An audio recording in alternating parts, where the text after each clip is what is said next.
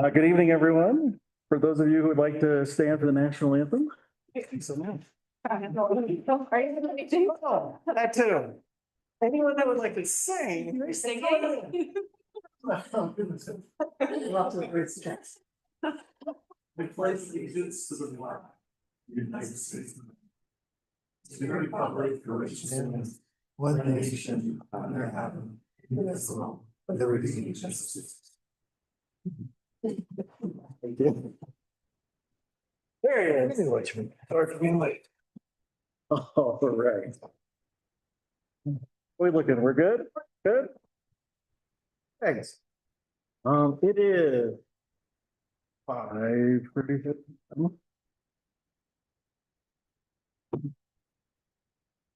And welcome to a regularly scheduled meeting to the Silverton Board of Trustees. Melina, roll call, please. Trustee Brown, Here. trustee Brush, There.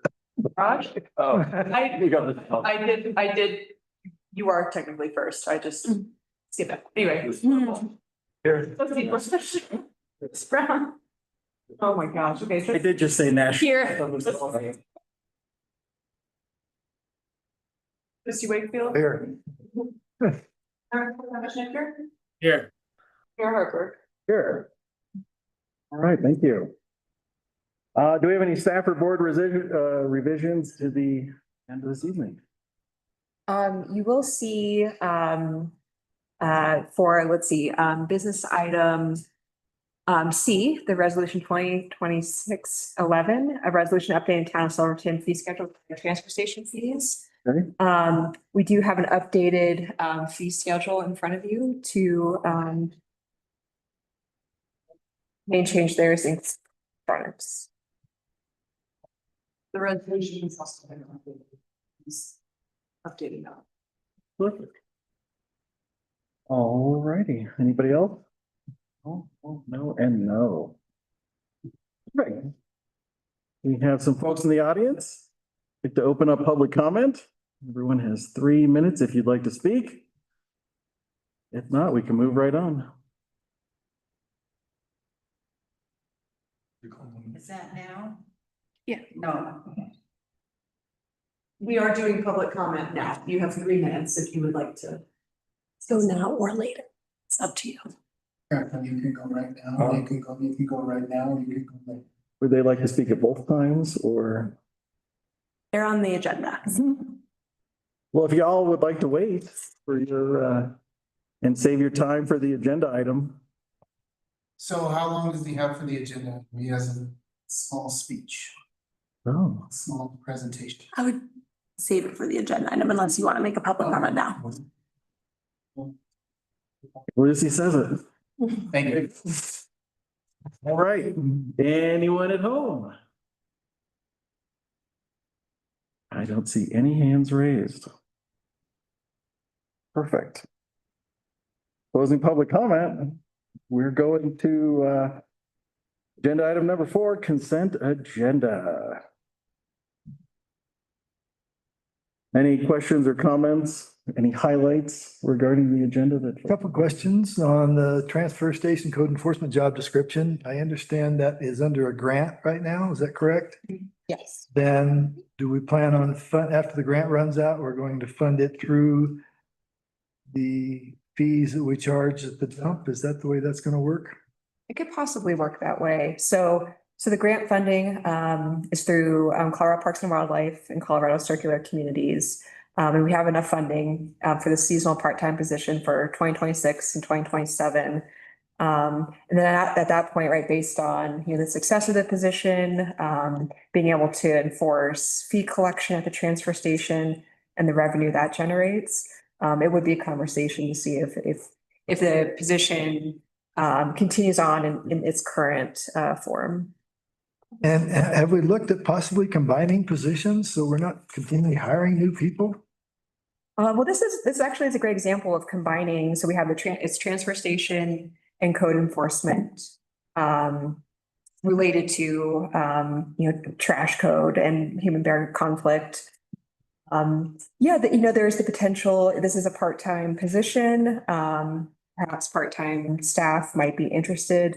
and taking on this position as well. But certainly going forward, if this does become a permanent, or we have the revenue, and it's a successful position, we could look into, perhaps it's combined with Public Works or something like that. Okay. Then my other one, we have an ADU grant award letter. What are we going to do with that money?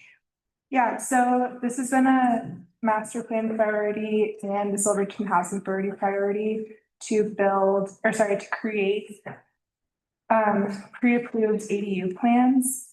So we'll put out an RFQ for architects to work with Lucy, the Historic Review Committee, the Planning Commission, and basically create as many plans as possible of like one bedroom with the garage, 2-bedroom, etc. Plans that are already pre-approved. So that saves property owners money because they're not having to go through the planning review process. They don't have to hire an engineer or an architect. And really, this is an incentive to increase ADU production, which is a way to have effective infill in our community. And yeah, we'll get that process going pretty soon here. Okay, thank you. Yeah. I just had a question about the job description as well. Because it's under 30 hours, it wouldn't be like full-time benefited. So it's right. Okay. So then if we did think about something more full-time, that would also be included in that conversation. Absolutely. Okay, Yes. Beautiful. Anybody else? All right. I entertain a motion to approve the consent agenda. So moved. Second. Roll call, please. Yes. Mr. Halverson, Yes. Mr. Wakefield, Yes. Representative Schnicker, Yes. Mayor Hartford. Yes. Perfect. Moving on to staff reports. Yeah, just one thing I wanted to highlight from my staff report, some very initial conversations that are going on regarding the Silverton Senior Center. And so currently, this Carrie, the Senior Center Director, she's funded through the Area Agency on Aging, and that contract is administered by AAA. And that's not a model that works for them or was ever, as I understand, truly ever intended. And so we're having some conversations about the possibility of bringing that contract under the town of Silverton. All the funding for Carrie's position would still come through the Area Agency on Aging. We would essentially just have her as a contract employee. So very initial stages of conversations, but something we're looking into. And John also has Just a couple quick ones. Today we had our wastewater treatment plant, Colorado Department of Public Health and Environment inspection. It went very well. He had some observations, which observations are good compared to findings. So we will get that report in 45 days. And then just another quick update.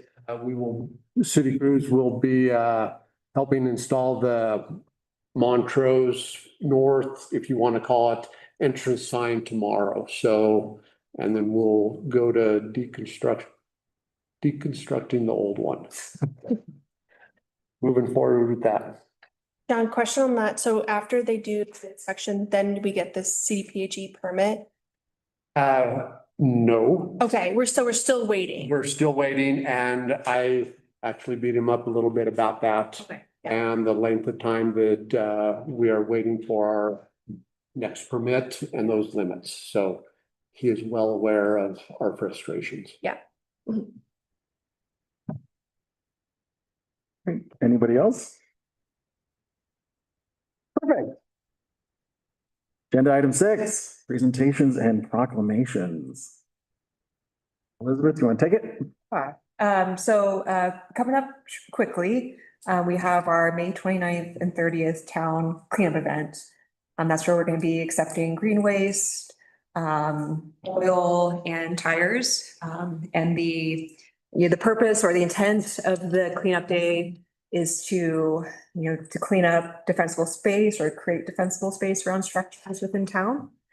And so a proclamation declaring May 29th and 30th Community Wildfire Preparation Days would go a long way, I think, to reinforcing that connection between our cleanup event and its intention of wildfire preparedness, and just more generally stress the importance of, community efforts toward wildfire preparedness and defensible space. And, possibly in the future, I've seen a lot of examples of, the state, other municipalities proclaiming a whole month for wildfire preparedness. But for now, we'd like to focus on the event that we have coming up. What's up? Any questions, comments, discussion? A motion to proclaim May 29th through 30th, 2026 as Wildfire Community Preparedness Day. Second. Perfect. Trustee Brush, Yes. Yes. Robertson, Yes. Mr. Wakefield, Yes. Mayor Pro Tem Schiffner, Yes. Mayor Harper. Yes. All right, moving along. Agenda item 7A in our business section. Lucy, you're up. All right, thank you. We have Lila and Steve Bieber here with us today in the audience. And the Biebers approached town about a proposal to sell their property to the town earlier this year. And this information was briefly presented at the February 23rd Board of Trustees meeting, where staff was directed to bring back additional information. And this is why this item is in front of the board today. So I'll provide a little bit of background on the property, insight into the budget, and then we can have the owners speak. And Elizabeth can provide more information on the budget if you have questions. So the property consists of block 42, lots 13 through 15, located on Snowden Street between 9th and 10th. You all have a map in front of you highlighting that parcel. Parcel is 7,500 square feet and is unimproved and does not have road access or utilities extended. The Biebers have offered to sell the property to the town for $49,000. And the owners indicated that they're offering to sell the property because it is not sold on the open market, and they believe this is due to development constraints, including a lack of utilities, access, and wetlands. So in their view, the property would be better suited for open space. To note, the town did speak with the U.S. Army Corps of Engineers, who told us that it's more than likely these wetlands are non-jurisdictional. So there is most likely no real regulation preventing development at this time. So with all the information available to staff at this time, we believe it should be feasible to develop the site for any uses allowed in the R1 zoning district, such as residential units. And right now, the town does not have any adopted priorities related to acquiring property for open space purposes. The town does have priorities related to land acquisition for capital improvements projects, such as water treatment infrastructure, transfer station improvements, and affordable housing. However, due to this property's size and location, this property is not well suited for these purposes. So with that in mind, an acquisition like this was not planned out or included in our current budget, and does not directly support the board priorities identified in the budgeting process. So while this property does have development constraints, it should be acknowledged that much of the remaining developable land in Silverton faces similar challenges, including environmental limitations like avalanche hazard areas, steep slopes, FEMA floodplains, and wildfire risk areas.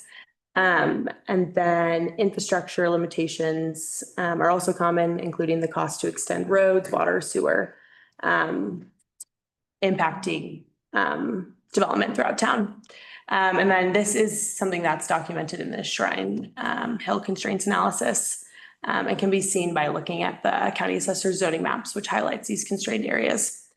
So the board should consider the precedent that may be established if the town begins acquiring privately owned constrained properties for open spaces purposes without a broader policy framework in place.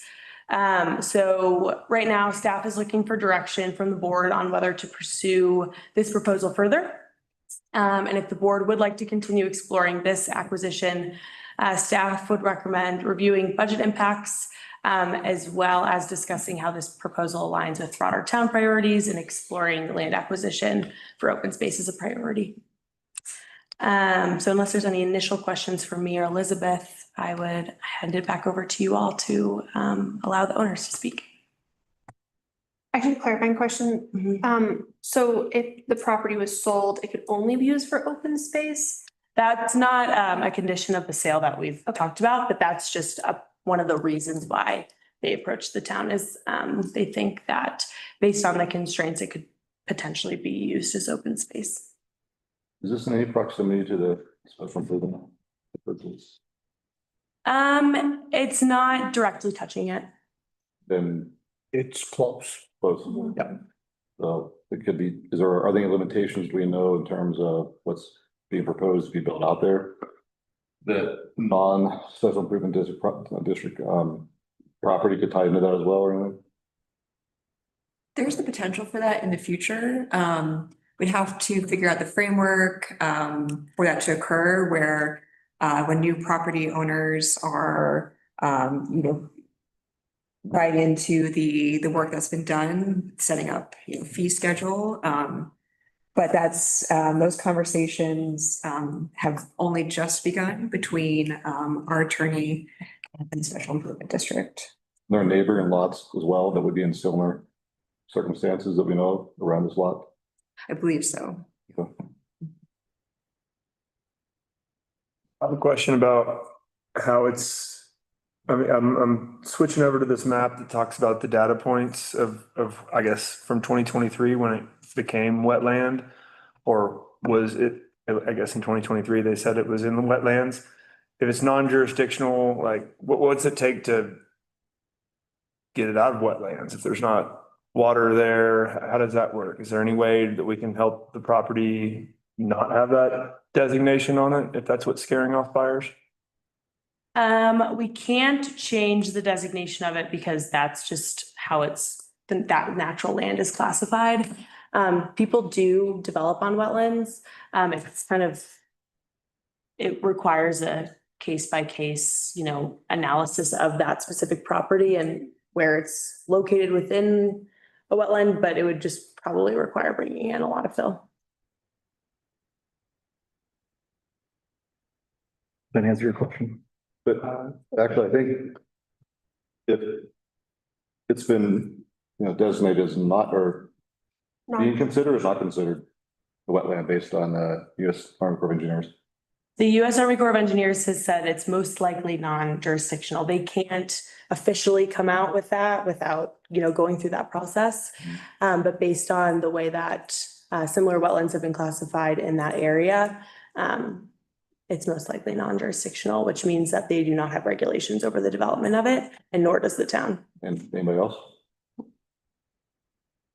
It's still a constraint to development, though. It still adds additional costs and work and engineering. Just give me a little more detail into whose cost and who has to approve this or that. If it's all non-jurisdictional, no one's gonna regulate it. It has more to do with the developing like that specific site, the soil of it. It's just. Is that the town though? Is that like town planning or? No, that's like the actual engineering of the structure, foundation. The more structural engineering stuff, not regulatory in terms of you can't be on that land.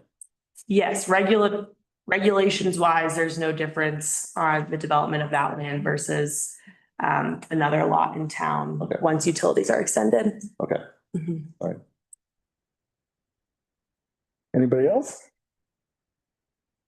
Terrific. Well, let's hear from the property owner. Sir. Thank you. Thank you. Steve Beaver, this is my wife Lila, my grandson Brandon Gray. He's also our realtor. And he also drove us over. We live in Eastern Colorado, so he drove us over today. So that's where we're at. Very nice to meet you all and welcome. You received our request back in March meeting and you reviewed it briefly, I think. And a couple of people, I think, expressed interest in maybe looking at it, but it sounded like you needed more information. I'm not sure exactly what you wanted at the time, but if you'd like, I'd like to walk through and tell you a little bit about what's brought us to this point and where we're at on our proposal. We received 2 lots back in the 1970s from my mom. And then the town passed an ordinance back in the 70s that said you had to have 3 lots to do anything. We had 2, so we bought 2 neighboring lots, so we had 4. Then in 1984, Tommy With, who lives on the end of our block, had 2 lots. And so he contacted us and everybody in between. We leapfrogged one lot down to him. So he ended up with 3. We ended up with 3 at the present time. So that's how that part came about.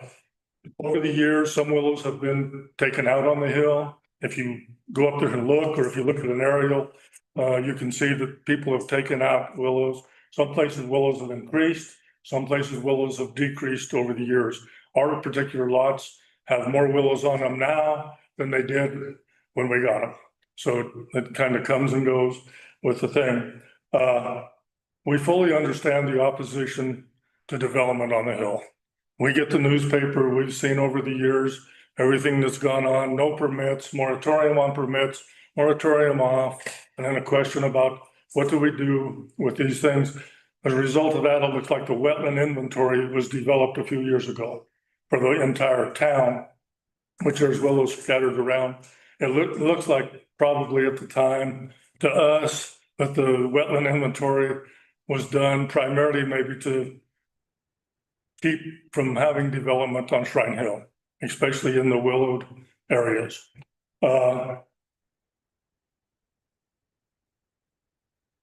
And like I said, we got the designation through the newspaper. We were never contacted by anybody, so we didn't know about it.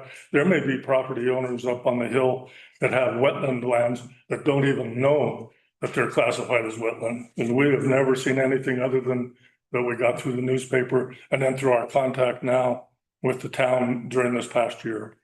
We have had numerous contacts about purchasing our lots. We've had it listed with our realtor and everything. In fact, we had 2 people this last week inquire. Every time that we let somebody know that it's classified as wetland, they immediately back out of it. We've also had numerous people ask about access to the property. And if you look at the map, or if you've been up there and looked at it, years ago, Snowden Street between 8th and 9th was vacated 50 years ago. So there's basically no Snowden Street between 8th and 9th Street. Normal access to our lots would be from 10th Street down to 9th Street on Snowden Street. From Tommy Whiff's house, if you know where that's at, down through there, which is all wetland. The entire street is wetland area. So there's basically no way to get access. If you came up 9th Street from Reese Street up to Snowden Street, it's also willows, wetland classification. So it's very difficult to get in there. We know that some lots have sold on the hill in the past, but as far as I can tell, they were all done prior to the wetland inventory being done. Some people sold lots up there. We know that people that live on Reese Street in block 43 below us on the hill, a couple of property owners down there own the wetland area behind their houses. The Agates, St. George's own the property. That's all wetland there. Why they bought that property in the wetland area, I don't know. I don't know if their intention was to keep it from being developed or what. We also know that Sandra Campuzano owns a house on the hill down there, jumped through a lot of hurdles years ago to try to get her house built on the hill. We know there's a special district now that's been approved further up on the hill on Bluff Street. It's not in the wetland inventory, so access is up 7th Street, up Snowden Street to 8th Street, and then up to those properties, and they had to jump through quite a few hurdles to get to that point. What we foresee in trying to do anything with this property or get anybody to buy it is extremely legal and environmental litigation. We think if somebody wanted to do it, buy our land, or if we wanted to try to do it, that we would immediately either be sued or an injunction filed to stop development. And I don't know that the trustees would be willing to say, yeah, you can open Snowden Street and take out half of the wetland inventory. We just don't think that would happen. And I think there again, there would be litigation and some kind of, I don't know what even environmental cost would be to try to determine access to the property. We just don't think it's feasible in any way, shape, or form. We don't think anybody, unless somebody has tons of money and wants to take on a town and environment and everybody else, would even begin to see access to it, because there is basically no access to the lots and to other lots that are now in the wetland inventory, which wasn't there not too many years ago. So as a result of that, and we've seen comments in the past in the newspaper from different people that said they thought it should be preserved as an open space or green space or whatever. So that's where we're at in seeing if the town would be interested in purchasing our lots as a start of a green space, open space area. You have Snowden Street, which is a wetland area, and you have like I say, the 9th Street down to 8th Street is vacated. It's all wetland, but there's no access at all from that way to get into there. So that's our proposal, to see if there's any interest at all. And I know you're not going to jump on and make a decision right now, and that's perfectly fine. We're willing to see what you think about it or hear about it. Or if you go up there and look at it, just drive up by Tommy Wiff's house and look straight down what would be Snowden Street. And it's virtually impossible, So. Well, thank you so much for traveling all this way. I don't know, is there anything else I can answer or? Anything else?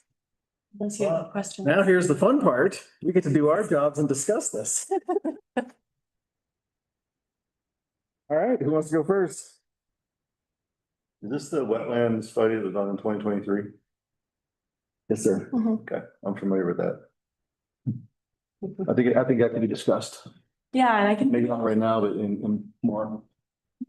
Yeah. I can provide some background on that. That was the board at the time directed staff to have a wetland inventory done based on conversations around development in and around wetlands, as we were exploring whether or not the town wanted to adopt regulations more stringent than the U.S. Army Corps of Engineers regulations on development on or near wetlands.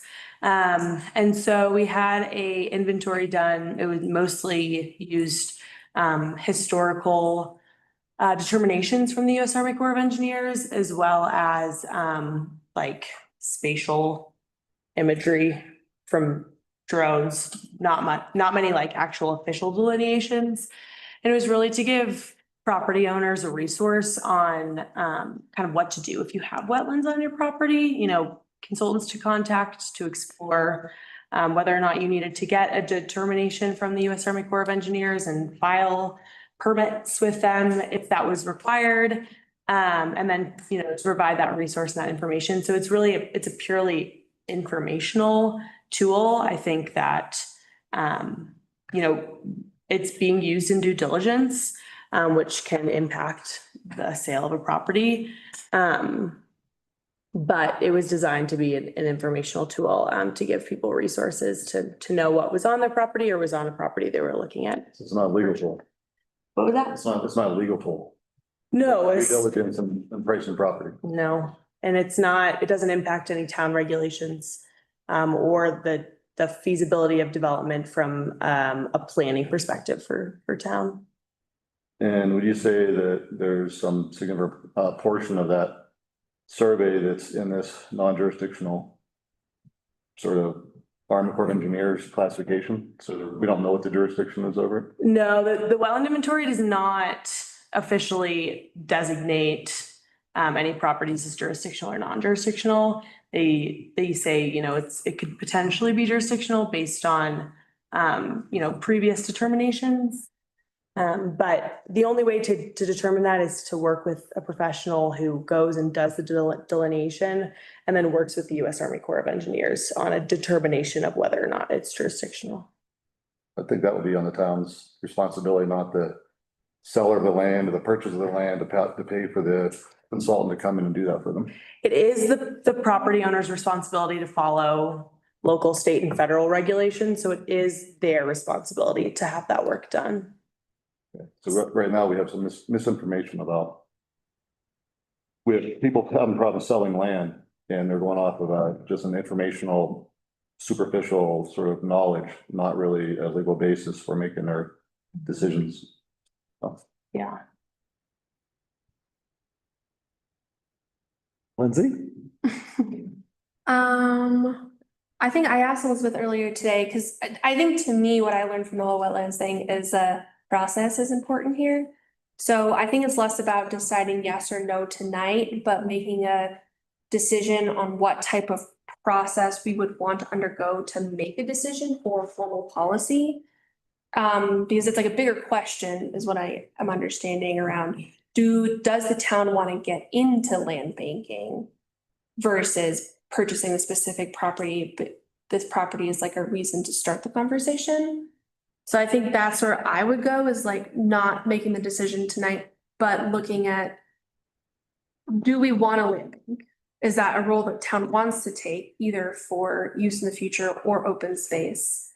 Then if we do, what type of framework as suggested do we want to follow? And that's where I would recommend looking at other towns that have started to enter this open space or land banking realm, because we haven't done this outside of like a few key properties with specific intent, which is why I asked, I was like, is this for a specific intent or just open? So I think that would be my question, is like, do we want to have property to land bank? Perfect. Ron? Discussion we need to keep alive. You would want to see some land banking? I think we need to do some more discussion. Okay. We close the door. Yeah. Need to stay active with it. I don't see the need to bank land for open space, but if it's developable and usable down the road, yes, and if it's a non-jurisdictional wetland such as this, maybe there's a way to go about that. I think living, amongst the amount of public land we have all around us is a lot of open space. So that's the reason for my point of view there. Yeah, I also don't see a reason to close the door on the idea of land banking any land, including this one. I agree. I agree with you, Chris. We endeavored into land banking when I first joined the board, April of 2020. We endeavored down this road. We looked at land banking for a multitude of reasons and multiple types of land. It's not just if it's straight dry, if it's got wetlands, it doesn't matter. The purpose of the land for land banking is for the town of Silverton to do with what they want at the time. Wetlands or non-jurisdictional wetlands are actually really good. And that's something for you guys to consider.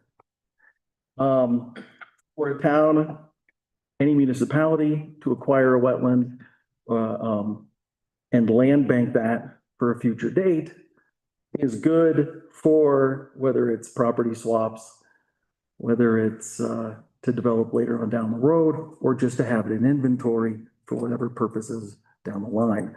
I would like to continue this conversation, and I know that we're giving staff direction. And I would love for someone, if anyone else has any comments, please bring it up. But I am all for continuing this conversation and what we can.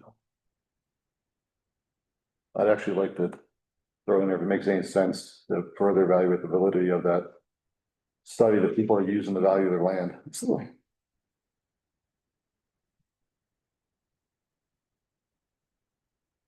Okay, I guess we're looking at staff direction. How do we feel? Yeah, it sounds like for this particular subject of land banking, Okay. it sounds like you would like some more information about other communities, examples of land banking, how they go about that. and natural resources land banking. I think when I was thinking about other resources, like specifically their process in like their framework, like, you know, do they a designation, how they want to use the land at the time or later? Is it always, you know, is it for a purpose? Is it flexible? Have swaps, like we've seen other communities do swaps, but like just examples. Yeah, totally. Other Yeah, and examples. there has been precedent. Yeah. And I'd hate for you guys to do double duty on stuff that's already on the books. If there's information already there, dig deep and find it. If not, I agree with Lindsay, but, President, we have done this before. And this is a good opportunity for everybody. Okay. Work on that. Thank you for coming out. Sorry. Yeah. Do we also want to like look into what it would, like, I don't want to open up the SID again, but it is really close. So providing some connection to the SID of like, maybe there's an opportunity there. I don't know the feasibility of it, but maybe there's Yeah. something to explore. I know that opened a whole can of worms of like that process. I think it but- flows right into it. We can't tell them to Yeah. create new property. Yeah. No, but this would be, there's nothing, it's just this isn't theoretical in my sense of it changes the decision of the town. This is an asset that, you know, worth our while down the road and does roll into an existing project that, you know, I think is all kind of tied together in that sense. Sorry, clarifying, are you looking for information related to like what it would mean if access was extended from the SID access to this property? Or something else? No, I think that's right. I think the question is, it's really close to. Feasibility type. Like, yeah, more like a really high level feasibility. Is anyone in the SID? I don't know how that would work, actually. Oh, you can open up the SID again, add new property, right? Yeah. So no. Yeah, maybe there's just like a feasibility there of like what could, once we have that built, what could be a connector there? Okay. John might have a good idea into just eyeballing it and saying, Yeah. there's a go or no go, Yeah. or there's a possibility or no go. And we try to leave like road design up to an owner's engineer. So that the town does not want to get into the business of designing that work. But we can look at the impacts of if someone wanted to connect access from the SID's road to this property, what that would look like for the property owner, I guess. Is that? Yeah. Okay. Put a lot on you? I mean, I think that would be a legal question, not. Yeah, like that, Clayton could answer that one for us at some point down the line.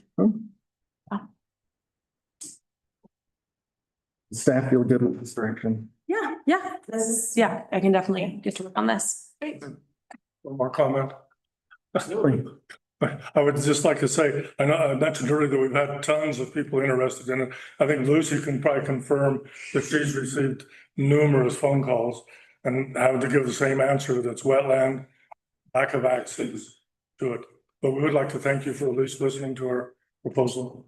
And we're going to excuse ourselves if we can. We're going to try to make it partway back eastern Colorado tonight so we can beat our grandson's baseball game tomorrow.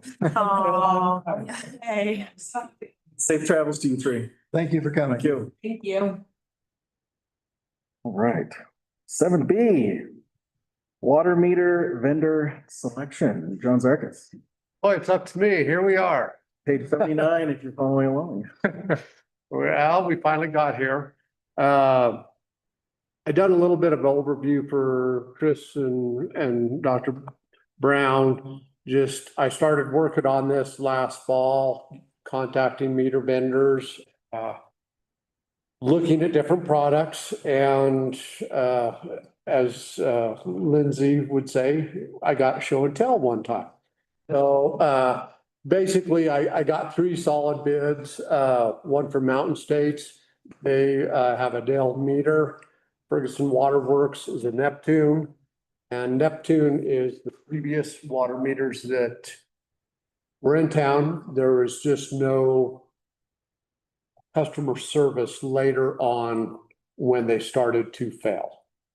And then the third one is BBE. This one here is Bebout, Brock, and Easley. It used to be called National Meter. They got bought out here a while back. So I am very familiar with the Badger meter. That's what we ran in Montrose, a good product. This is the first year of a 3-year program to replace all the meters in town and get us off the EQR and back onto metered water billing. There is a budget impact. Public Works, I budgeted 100,000 for this year, and that gets us approximately 200 meters with the endpoint for replacement in 2026. The reason I've done that is if you spread out the initial in 3 years, then in 20 years, when they start failing, and all meters will fail, then it's not this one lump sum cost that you're having to come up at that 20-year mark or the 18-year mark, whatever that is. It gets phased into 3, which is a lot better for a community of this size rather than this lump sum. So that's kind of some of the background. The initial impact is 3120, and that gets us the Aquahawk implementation. And some of you guys have seen this. It's a customer portal. And so basically everybody, it's a free service to all of our residents. They can actually have a login, they get in, they can track their own water usage by a delay of about 2 hours, because the turnaround, importing and then coming back, but they can see. So when they call me and they say, there's no way I use this much on my lawn or to do laundry or whatever, it has it in real time. It can estimate your bill. It does all things, but it puts the residents in the driver's seat so that they can track, oh, I thought I only left the hose on for 45 minutes on the lawn. And guess what? It's got timestamps. Guess what? It was 2 hours. So it's and industry-wide, all 3 of these, Ferguson, Mountain States, and BBE, all have those customer portals. But they're with Mountain States, that is, if we're buying their meters, it's part of the service. So with BBE and Ferguson, it's an extra cost. So I was always looking at those extra costs to go through. Yeah, and that includes the implementation and training and the 20-year subscription. This is a one-time fee for the meters. They will be bought in batches according to size. Start with 2-inch and work our way down to get those higher users. So I recommend that we award Mountain States with the meters and get this going. So I'm here to answer any questions you might have. Otherwise, I kind of need a motion. So. Do we have the ability to rebuild the meters if there's a problem with them, John? So on the old Neptunes, yes, but on the Dills, they're electronic. They're not a PD. They don't have a chamber in there that go in there. The good thing is when you're starting out like this, they warranty those. And then down the road in 10 years, okay, it's been in the ground for 10 years. They give you this much money back on a new one. You know, all 3 of these vendors, they're 20-year meters. So there's no around that. So. Are these ones you said are in Montrose that you're familiar with? No, I'm familiar with the Badger, but the familiarity with Mountain States is Montrose went with an Aquahawk system for the customer portal. Okay. And they can do that with any meter brand you want. But I've built a good relationship with Mountain States. They're very reputable and they stand behind their product. One of the few that actually comes to town and talks to me. And the Aquahawk system, one of their main guys is based out of, oh, it just went out. It over by Paonia. So if there's a huge issue, I get on the phone, we can't figure it out by phone. Yeah, they're more than willing to, the support is there, I guess, then. They operate regionally throughout the Rockies, all the west. Yeah, all these meter vendors Okay. everywhere. So, but I've had really good luck with Mountain States, so. Don, do they have any monitoring services that can notify the homeowner that they're Oh, yeah. using high water usage? A whole lot of parameters in there in that customer portal. Okay. One of them being is I'm going to get in there and I say, and this is an example, but it can work in two different ways.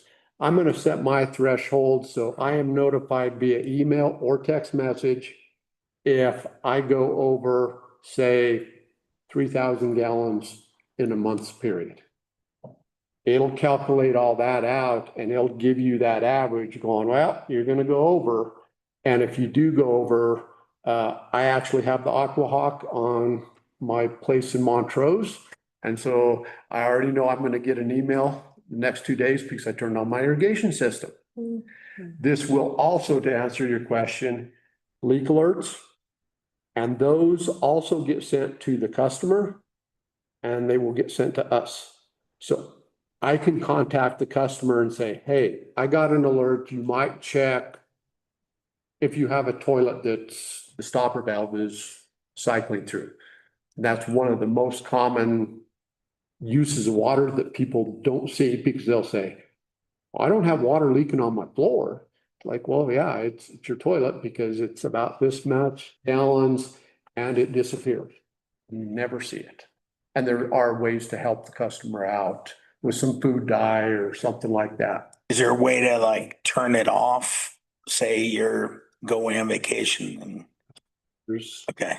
Because we had a leak in a house with a toilet that failed last year, 2 years ago maybe, and on a new house, and it was several $100,000 worth of damage. You don't want to turn it off. What's that? You don't want to turn it off because then it'll give you the email or the text saying you got water usage. And that's the first clue to, hey, call somebody that's still in Silverton and go check my house.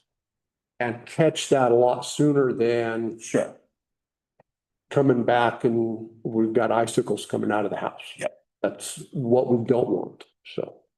With this Aquahawk software, can we even put in alerts for the homeowner? Like if, say, we have water restrictions and we want them to be notified by certain things, or is it kind of only the customer's dashboard or whatever? I can get in there and look at it and notify a customer. We don't want to go to where we're setting boundaries for the customer. That's the part on them to set those parameters on, hey, I know how much I want to use. If I get the alert that they're overusing, then that's when I can contact them and say, hey, you've got something else going on. There was one instance, previous employer, they called, the house is vacant and they got an alert. Well, it was their neighbor actually borrowing their hose to water their lawn on their account. But we don't want to, we want to be very careful on how we. Smart till you get caught. We go about that. Yeah. I think it's like informational versus like authoritative. Yeah, I'm not trying to be authoritative, but just letting them, like if we can help them by giving them some alerts when things are, like if someone's not using the alert system or something like that. That was, I guess, the reason for the question, but.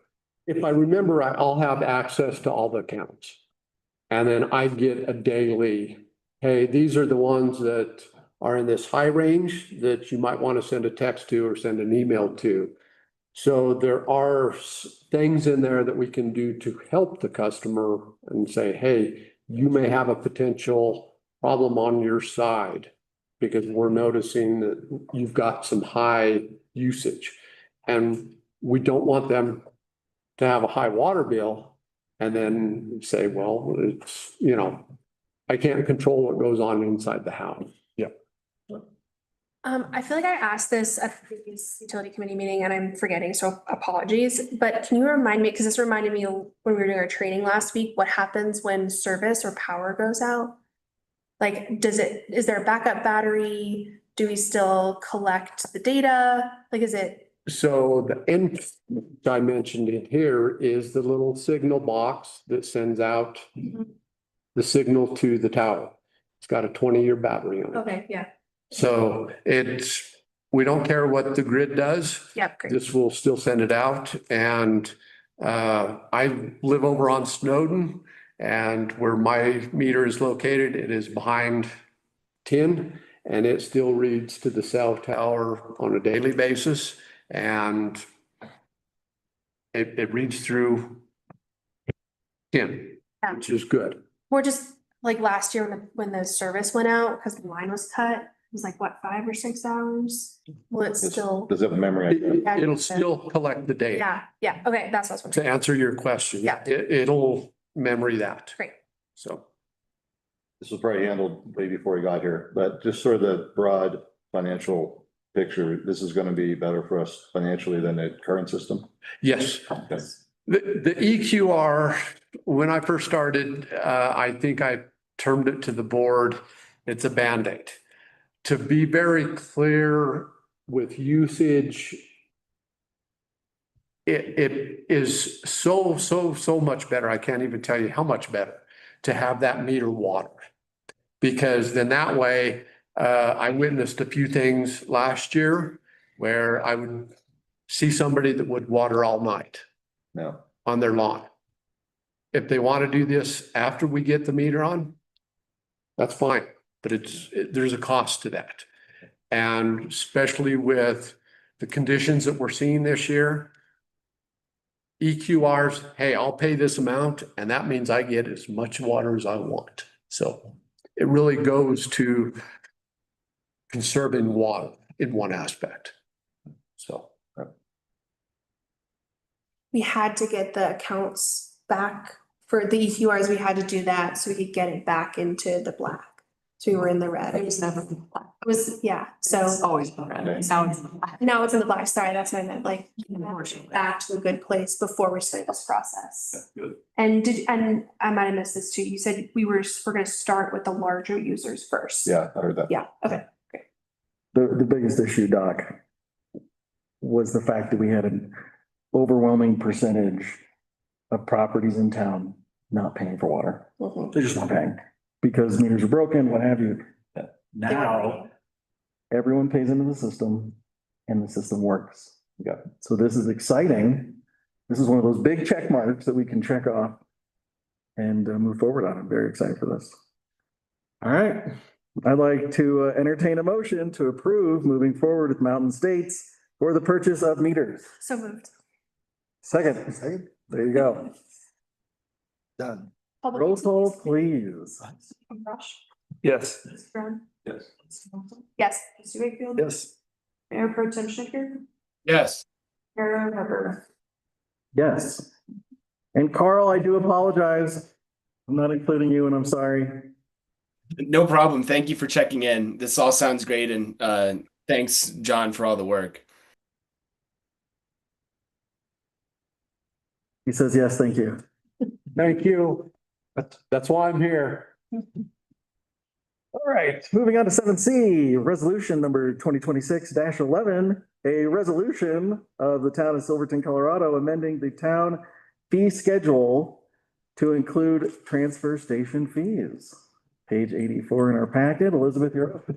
Yeah, so our refuse enterprise fund is currently not sustainable. So we're not generating revenues for fees to cover the cost of our contract with Bruin. So the resolution is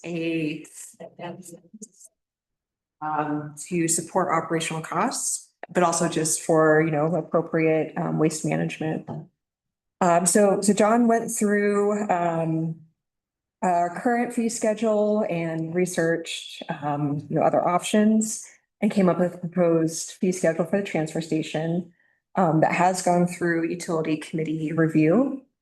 I will say the only addition since this has gone through the utility committee is the inclusion of electronics. So John had a conversation with Bruin, dove deeper into it and determined that it'd be in our best interest to accept electronics, screens, laptops. That's one item that often tends to get dumped on federal county land if we don't have a place for it. The resolution also outlines the items that are prohibited that we won't accept at the transfer station. And this is good timing with, again, going back to the seasonal transfer station code enforcement position. We're going to have someone in place at the transfer station with electronic point of sale system enforcing these fees as people come and drop off these items at the transfer station. Yeah, happy to answer any questions that you may have about the amended fee schedule. Have fees ever been collected? Other than just other than the drive up? So in talks with Bruin, it was very clear that there are two attendants out there that is not part of their job. Once in a while, we would get those charges if they were feeling like they wanted to that day. But from what I've witnessed in my time being here, it doesn't happen near enough. And the other thing you got to remember with Bruin, they charge us by weight. So everything that goes out of here is by weight and it is costly. This employee at the transfer station was enforcing the handful of fees that we had before: mattresses, appliances, tires. Since he left, it hasn't been enforced, so. Any idea what the drop off has been in terms of those fees collected? Significant. Okay. All right. The refuse fund has also been in the red for years, and so we're trying to get it out of. These numbers go single black, do you think? You think It's the a current numbers? start. Okay. It's a start, but I'm also working on other things for a permanent solution. There we go. I mean, just the addition of a grease charge. We've never charged any of the restaurants for dumping grease. And we can pay for it through a company that picks up the grease outside of Bruin. And so that's just one thing to add to the list. The challenge of the enterprise funds is they have to be in good standing for a lot of programs to improve situations. So because we're only allowed to, we can only do one transfer a year from like the general fund into the refuse fund in order to keep it healthy. And if we do more than one a year, we lose the status of enterprise fund, which is bad. I want to avoid that.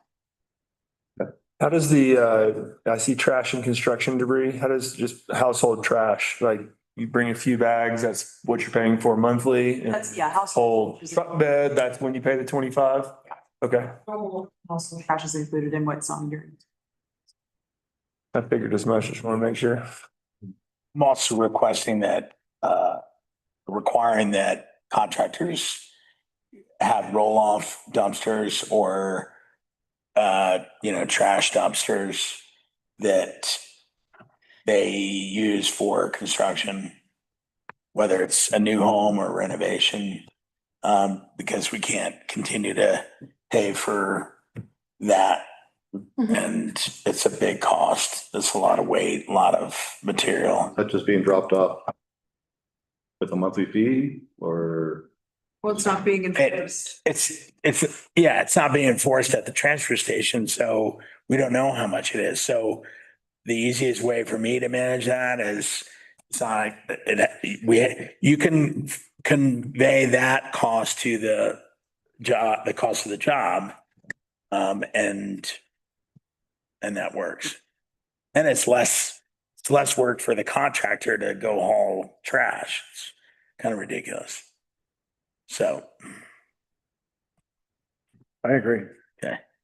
This is a huge step forward. All right. In ourselves. And also better understanding what we're subsidizing over there. Yeah. Oh, I was just gonna say, it's like both of these two funds, it's like the town has been paying for people's usage. And it's sort of like we're operating like kind of as a charity in some ways. And so this is just getting the accounts in a more enforceable, better standard, you know, like they're enterprise funds for a reason. There are cases where people have, by not enforcing and charging for appliances and these types of things, people from Durango have brought up material. I suspect because I've heard people say, I've never seen them before, but dropped off. Yeah. You know, and Chris at Bruin is identifying that we're not seeing this kind of volume at any other town that's measurable to the number of people that we have in town. So my guess is there's the word is out. That's also why we created the dump tags, was to try and have them identify who is resident, which that is also not being enforced. Yeah, so. There was a Rolls Royce with Texas plates dumping up there the other day when I was there. And I have not seen the amount of hot water heaters and refrigerators anywhere that fill up a dumpster within 2 months. Yeah. Yeah, it's. Bring everything to the table. We got to get it under control. Okay. Perfect. I'll just take it, Jim. I'll make a motion to, for 2026-11, a resolution of the town of Silverton, amending the town fee schedule to include transfer feed stations, as presented. Second, first and second. Quick question with Bevan's suggestion, how does that get rolled in, or is that a second, in terms of the contractor issue? Including what you described, you'd like to see done with the contractor waste. Is that in this? It's not. There's just a fee schedule. That's the fee schedule. Okay, Yeah. that's a different topic, but. Yeah. Trustee Bosch, Yes. Trustee Brown, Yes. Mrs. Patterson, Yes. Trustee Wakefield. Yes. Mayor Pro Tem Schnittken, Yes. Mayor Harper. Yes. Thank you. Wow. All right, moving along, 7D, resolution 2026-12. A resolution authorizing signatories on town bank accounts. I can take this one. So very similar to adding Elizabeth and removing Gloria from our town bank accounts. I currently have Jim and Elizabeth on the bank account, but I need as a member of the finance committee to be my third. So I left it open, and whichever one of you wants to volunteer, it will require you to fill out some paperwork and go to the bank in Durango and give them your signature. Right now I have stamps for both of them, and so that's, you know, it's fine. I don't really need a third, but it's always good to have a backup so that if I need a third person to sign checks, then I have another option. So whichever one of you would like that, I'm okay. I mean, I'm down that direction, so. excellent. So we will fill in on the spot, adding Steve Brown. And yeah, pretty straightforward. So you need this.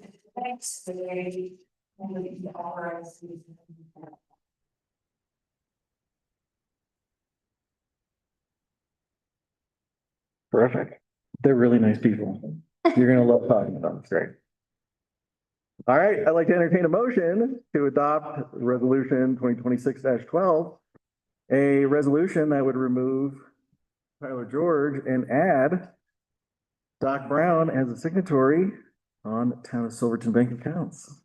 So moved. Right on. Roll call, please. Yes. Mr. Brown, Yes. Trustee Robertson, Yes. Mr. Wakefield, Mayor Pro Tem Schnittken, Yes. Mayor Harper. Absolutely, yes. 7E, housing director position, contingency plan. With a heavy heart. Continuity plan, not contingency, Oh, I've heard but that's part of it. Yes. So this is on the Housing Authority agenda, but we had to adjourn the meeting before we could get to this. So putting it in front of you all tonight, most of you have already seen this, but I'd just like to take this opportunity. Everyone for this opportunity over the past definitely 3 years by the time I resigned. It has been an opportunity of a lifetime. It's been an honor to serve in this position alongside you all and for our community. And I'm really proud of what we've accomplished. I think we started from zero and we did a good job figuring out how to do this. We really built the plane as we flew it. We're still in that position. And I'd just like to share that it was a really hard decision to make to leave this role. But served as a launch pad into a career of hopefully continuing this work across the state. And yeah, I am nervous and excited, but yeah, I think Elizabeth and I and Melina, and we're looking for direction from you all on what you want this transition process to look like. My resignation will be effective August 27th. My recommendation would be to start as soon as possible. And there's different ways we can go about that. Do you want me to go into an in-depth overview of the memo, or do you want to just open it up for discussion? I think that's up to you. You please tell me. Well, when it comes to succession planning, and that's what this is, yeah, I mean, you're the boss. This is your department. You are the Okay, grand poobah. so this is funded by the local planning capacity grant, and it pays 75% of my salary. And the town has to pay a 25% match to whatever that salary for that grant is. So, we probably have about $80,000 remaining. I expect that will carry into spring of next year, but this position hasn't received a raise to the salary in the 3 years that I've had this role, most just because of budget constraints and so be it, but frankly, that is not a competitive wage. I do not think you'll be able to hire anyone for that wage. And so this local planning capacity grant can pay 2 people at one time, but it can't pay for like recruitment or like marketing costs. So there could be overlap in the 2 positions. That would be ideal in my mind. If we could line that up, but not necessary. And then between August 24th and September 27th will be the next window to reapply for the local planning capacity grant. So by then we'll need to know what the incoming salary will be and have that match. The county knows that we're reapplying for this grant. They know that we don't have very much money, and they have previously expressed interest in coming to the table. But it would be wise to get those conversations going with them sooner rather than later. Active projects, the biggest risk to this transition is the interest that we're carrying on the unsold units. The budget has an interest carry until March. It expects that all the homes will be sold by March of 2027. So we have a little under a year to get those. Everything else honestly is in a pretty good space to walk away from. And then there's several grants that require monthly reporting. And I will get Elizabeth up to speed on those. So if we can't find anyone, at least we're staying compliant. And then if the board makes a good faith effort to hire someone by the time that I leave and we are not finding anyone, I am open to discussions about staying on in a part-time and remote capacity because I will be moving to Denver. It's not my ideal situation. I'd like to fully focus on school and get it over with as soon as possible because I don't want to live in Denver forever. But I do deeply care about the success of this organization. So that is important to me. So we're looking for a direction on sort of the timing of how you want all of this to play out. Ballpark a salary range, and if you don't feel comfortable with that, give us direction to do a compensation study, which we haven't budgeted for, but if this is important, then we'll need that direction. And yeah, I think with that, I'll kick it over to you all. I think this transition is an opportunity to bring in new energy and ideas, and I think ultimately it could be a good thing. Yeah. So, get over. Elizabeth, do you have anything to add?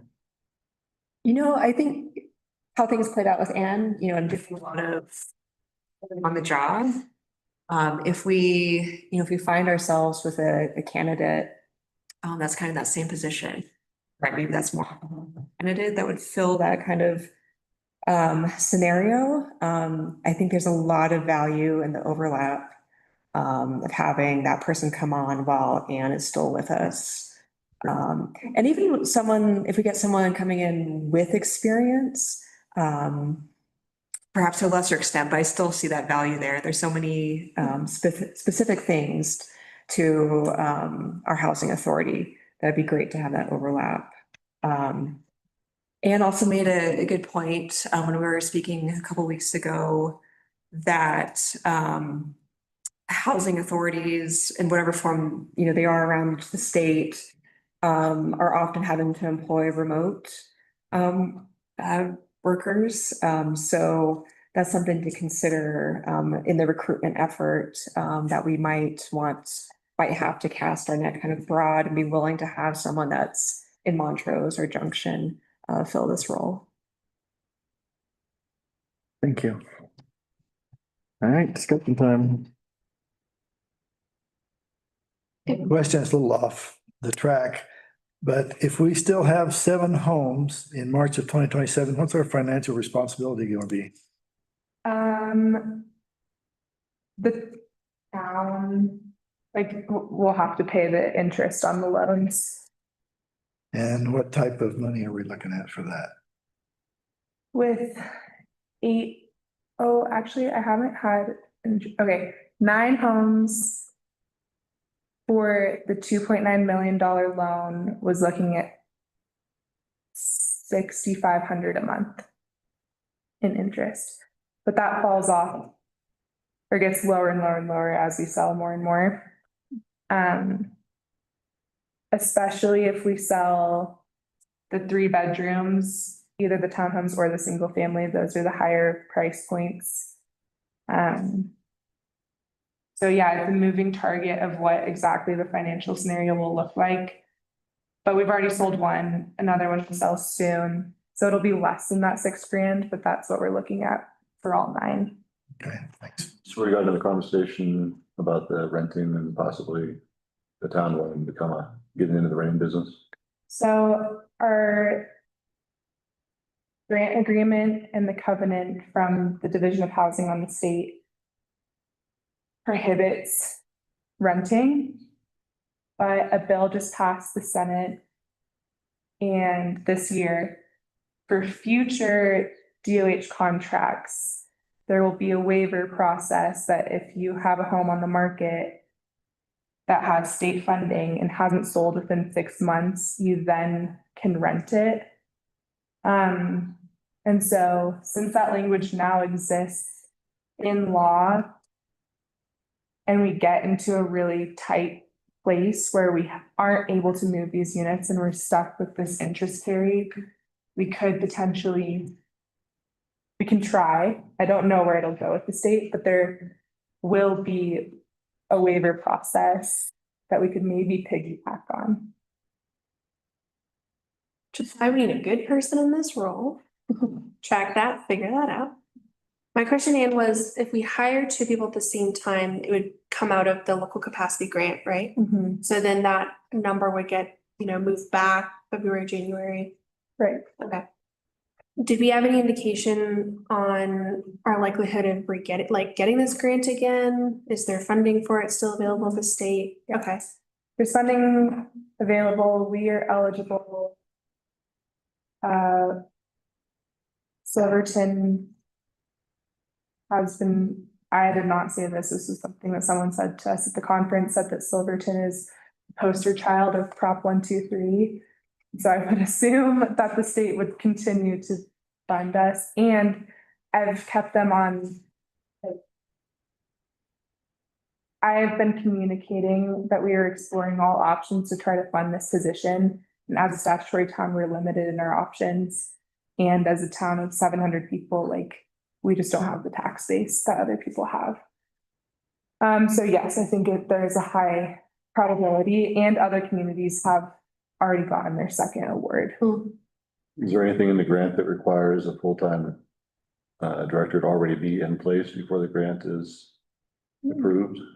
So they can give it without necessarily having a job filled? Yeah, that was kind of my train of thought too. I think, Dave, of let's say worst case scenario, we don't get someone hired before, I think it is in here the 27th of August is when it starts. Would we be able to apply for that grant still? Okay, yeah. And since the grant opens August 24th, that's a couple days before my resignation, I would be happy to get that in prior. So. Yeah. Just making sure. Yeah, it was Back in here. One of the things I did, I would recommend anyone who hasn't watched the Housing Authority video. Meeting. For me, it was video, that meeting. One of the most interesting components of this is the fact that our county is now very interested and wants to potentially partner on some things. And I think that's a huge win for this authority and for moving forward. Partnering on a lot of these answers, these questions, where we might have difficulty having resources, additional resources, and additional brain power, but also additional buy-in and partnership with our county home run. So whatever we do, I really want to have the county involved in that process. Because I think that's the only way this is successful in your absence. Because you've been such an integral part. Yeah. Let's just be honest, it is what it is. There's an example in Archuleta County where the county had committed to Proposition 123. So the way Prop 123 works is that every 3 years, the town has to commit to increasing their affordable housing supply by a certain amount over that 3-year period in order to be eligible for Prop 123 funding for admin, and also that goes into projects. So that next cycle is coming up this year. So we'll be talking about that in the upcoming months. But Archuleta County, the county opted into Prop 123. I'm pretty sure Pagosa opted into Prop 123. And they were awarded a joint local planning capacity grant to fund a joint position between the town and county. So So I'd need to learn if the county would ever be interested in opting into Proposition 123 and or if they would be required. Like if this position became a shared position between the county and it was funded through local planning capacity. Anyways, gotta flush some things out, but that's one element of this. I could help with the match. The position. Chris? I'm interested in just how in the transition we can, save any money just by being smart about how we go about mainly the coming up with the compensation amount and marketing the position. So, sounded like you thought maybe you could shed light on the compensation, amounts that would be competitive, so we didn't have to spend money on a study. Is that right? Yeah, I haven't looked into it, so I would need direction from you all to do my own compensation study, I guess. I can help you with that too. Yeah. And that would potentially give us maybe a quicker answer and a more efficient.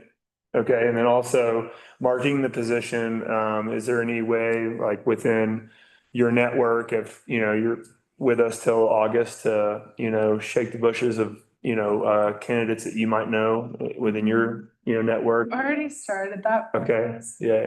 One thing I think would be super beneficial.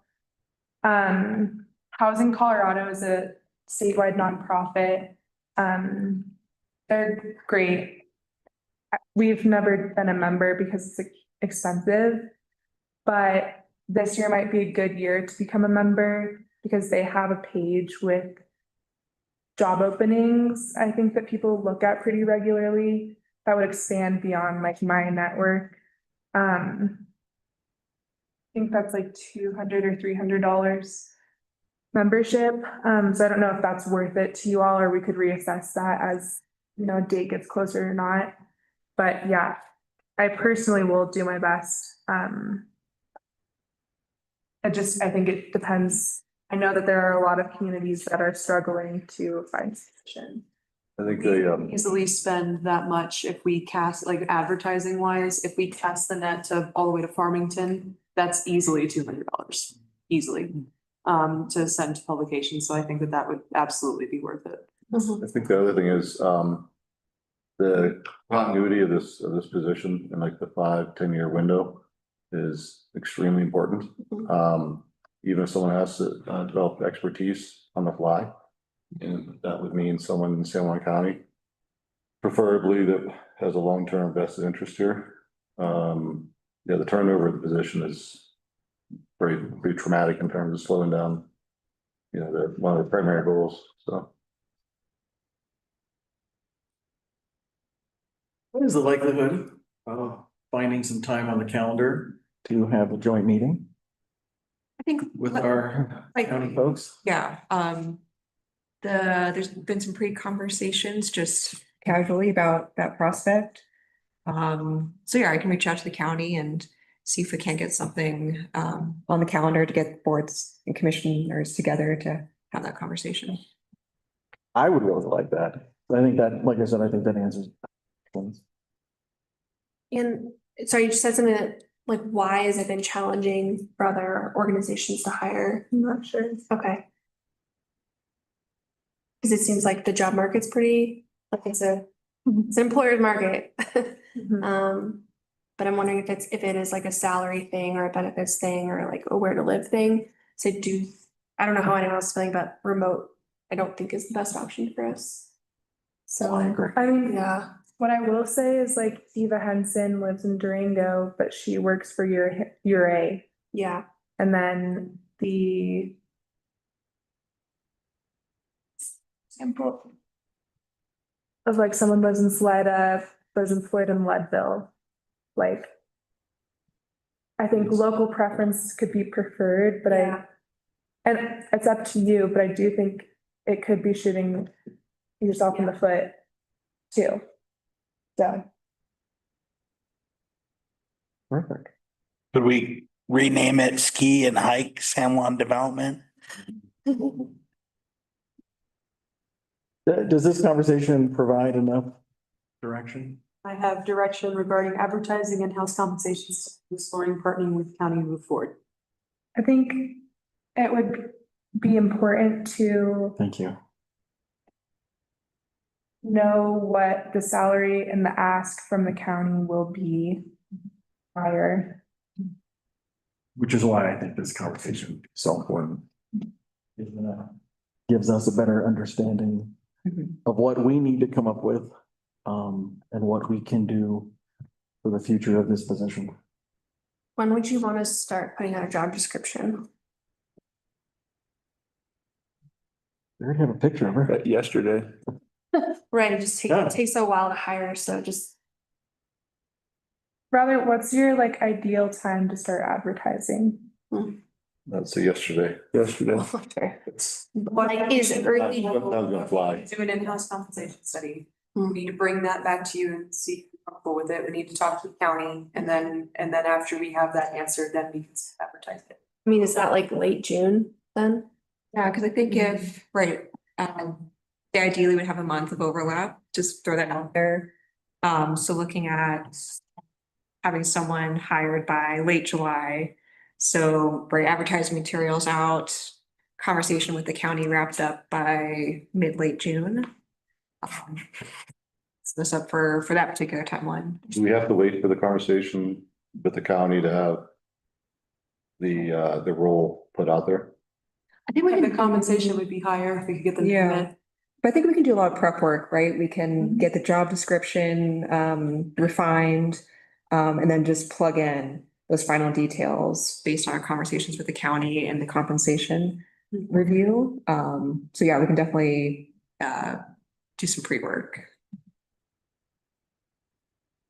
I'd go for earlier. I'd say Yeah, We can try. as early as possible. mid-May, I'd say Just like that's 30 days. Yeah. We can try. I mean, and hiring at minimum takes 4 weeks to 6 weeks, you know. This is one of those fast track moments. So just to be clear, we don't think we can decide on a salary range right now? I don't think that's true. No? I mean, like. Historically, the board has never, like, you guys have funded the housing position. And you have the ability to prioritize it as a budget item in a bigger way than it has been in the past. And so it's really like, you could set an ideal range and then maybe you can get that higher range if the county comes on board later. Where was that compensation study that we just did for town employees? Like, could we go off of that, like what the directors were from that study? Well, actually, your position might have been. It wasn't. It wasn't? It wasn't a part of that. But I mean, that gives us a baseline at That least. baseline combined with research in surrounding areas for the position, I think is best way to start.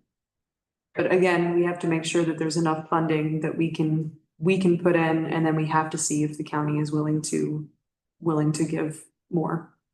The previous board, along with Mayor Dana, had discussed a $15,000 increase to that position. But it comes back to funding it. What if the county doesn't, and so worst case scenario, what if the county doesn't step up? What do we offer them? We could, so when we go into budget season for 2027, you all would have to choose to prioritize that salary, and then you would have to cut something else. Not another salary, but you have to decide where you want to spend Possibly. money. I So, think at that point, anything's on the table.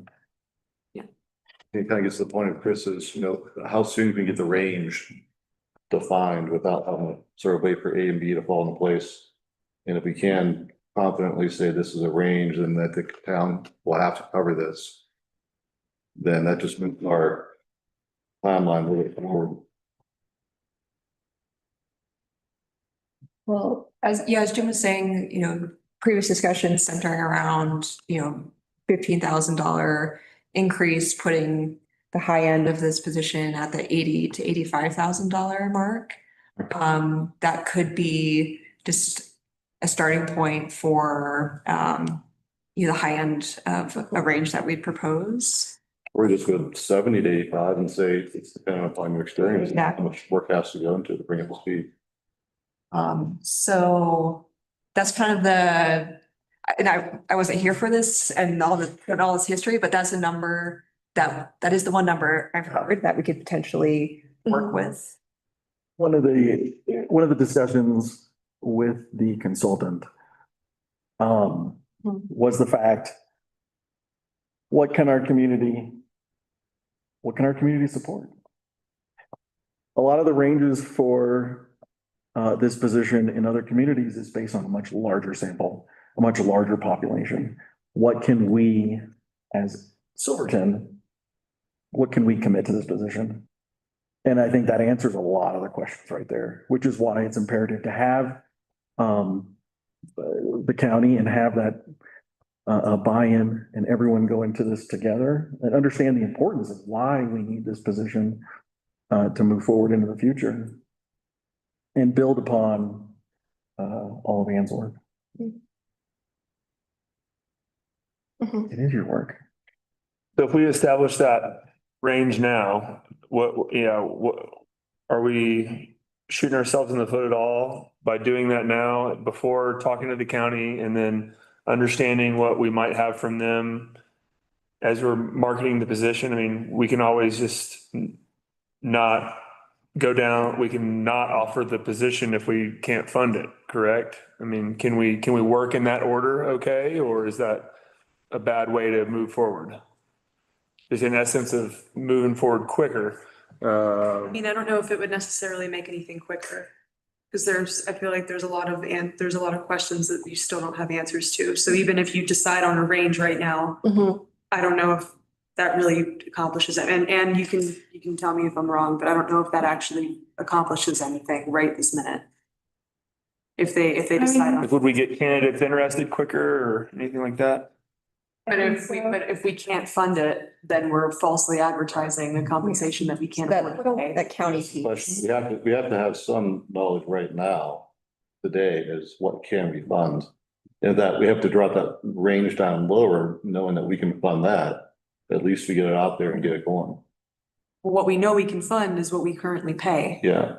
But that's not. That's not enough.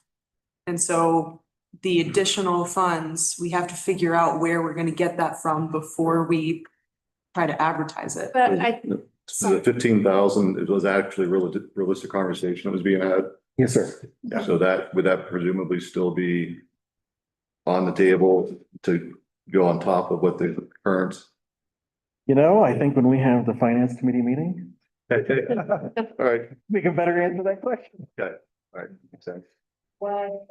What I can do is, that conversation with the county is kind of that missing piece to move forward with a lot of confidence. So what I can do is, starting tomorrow, begin that conversation and prioritize getting our two bodies together. And depending on what we can secure for a date there, I think hopefully it's gonna be sooner rather than later. But then that I think will dictate if we do want to have those conversations about if we can support the additional 15,000 in-house. So I would say let's start there, and based on that, we'll amend our plan or keep moving forward. One thing I'll add, there's $80,000 left in the coffers for this position. There is a chance we don't get the local planning capacity grant. So at no point do we have total clarity on what we can fund or not until this fall when we get the award for the grant. Right? So that's just one more level of uncertainty. When is it awarded? It's my memo. But it was 24th through 27th is the. You said it's due on August. It'll be a month after that, so October. October is the expected announcement of the grant award. Right in the middle of budget season. Yeah, that's what I thought. And Exciting. for the record, we weren't able to apply for this spring because we were too much in the middle of our award. So I tried to be more proactive, Right. but we couldn't until this fall. And we can only use that money at a 75% rate to the position. Yeah. And benefits count as part of the match. Benefits, like town is putting probably like $1,000 a month on top of my benefits for that match right now. So that match increase on top of my benefits would be the part that would increase. It was the November 10th meeting, the compensation studies in there from last year. But potentially, could we have that? Well, I mean, I guess we don't know that either, but if we could have a meeting with the county in the next 2 weeks, the finance committee would meet in the next 2 weeks, and maybe we can at the next meeting, at the next trustee meeting, we can decide on a salary range. Would that seem possible? There's a hope. Yeah. And yeah, we can, prioritize getting that county, that joint town county meeting set, as soon as possible, but you're right, that'll kind of dictate the timeline for the next steps. Yeah. It's a balance between trying to get it out there and also not, putting the cart before the horse and marketing something we can't. Yeah. Another option too, because also technically our next meeting date falls on Memorial Day. Is it Memorial Day? Memorial Day. And so typically we don't have meetings if town hall is closed. However, if you want to prioritize this, if the county is willing to meet before the end of the month, we could have the meeting with the county and then we could hold a special meeting right afterwards. And you can make your decision. So if that has to get scheduled, for example, May the 27th on a Wednesday. Yeah. Then, we could knock out both on the same day. And then move forward. Possibly. It's just an option. Do we feel good with direction? Yes. Okay. My notes wise, yes. That's fine, it's perfect. And you feel good with this discussion? I mean it. This is. On you. All right. Well, I'm feeling good. Everyone's feeling good. We're at 7F. Mile High Jeep Club, letter of support. And I believe there. And before Steve, Carl, do you have anything to add, bud? And I'm really sorry. I know you're coughing and. No, thanks for checking in. Yes, sir. Specific to add, I want to acknowledge again that Anne has been so great in her role as, everything we've done at the Housing Authority has been a big part due to Anne's hard work. So just a public opportunity to thank her. Thank you. Good man.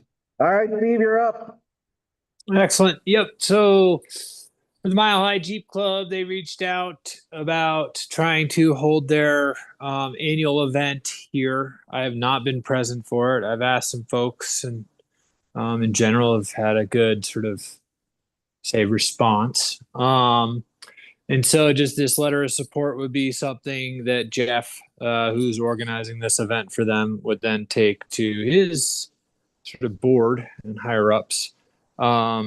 There's two other communities vying for, not vying, but that they're in discussions with. And so felt like it would be appropriate to kind of keep this, at least keep the discussion moving along. And there was 3 ranges of dates. Talking with Elizabeth had we felt like steering them towards what would be their second choice would be more of Town of Silverton's first choice being the first week of August versus the last week of July, or their third choice was third week of July. So maybe some of you all could speak more to the Mile High Jeep Club, and if that is something, it'd be a pretty major rental at Kendall for a week, and a lot of people brought to town, a lot of Jeeps in town. I know there's a poster in the sort of office area from their event.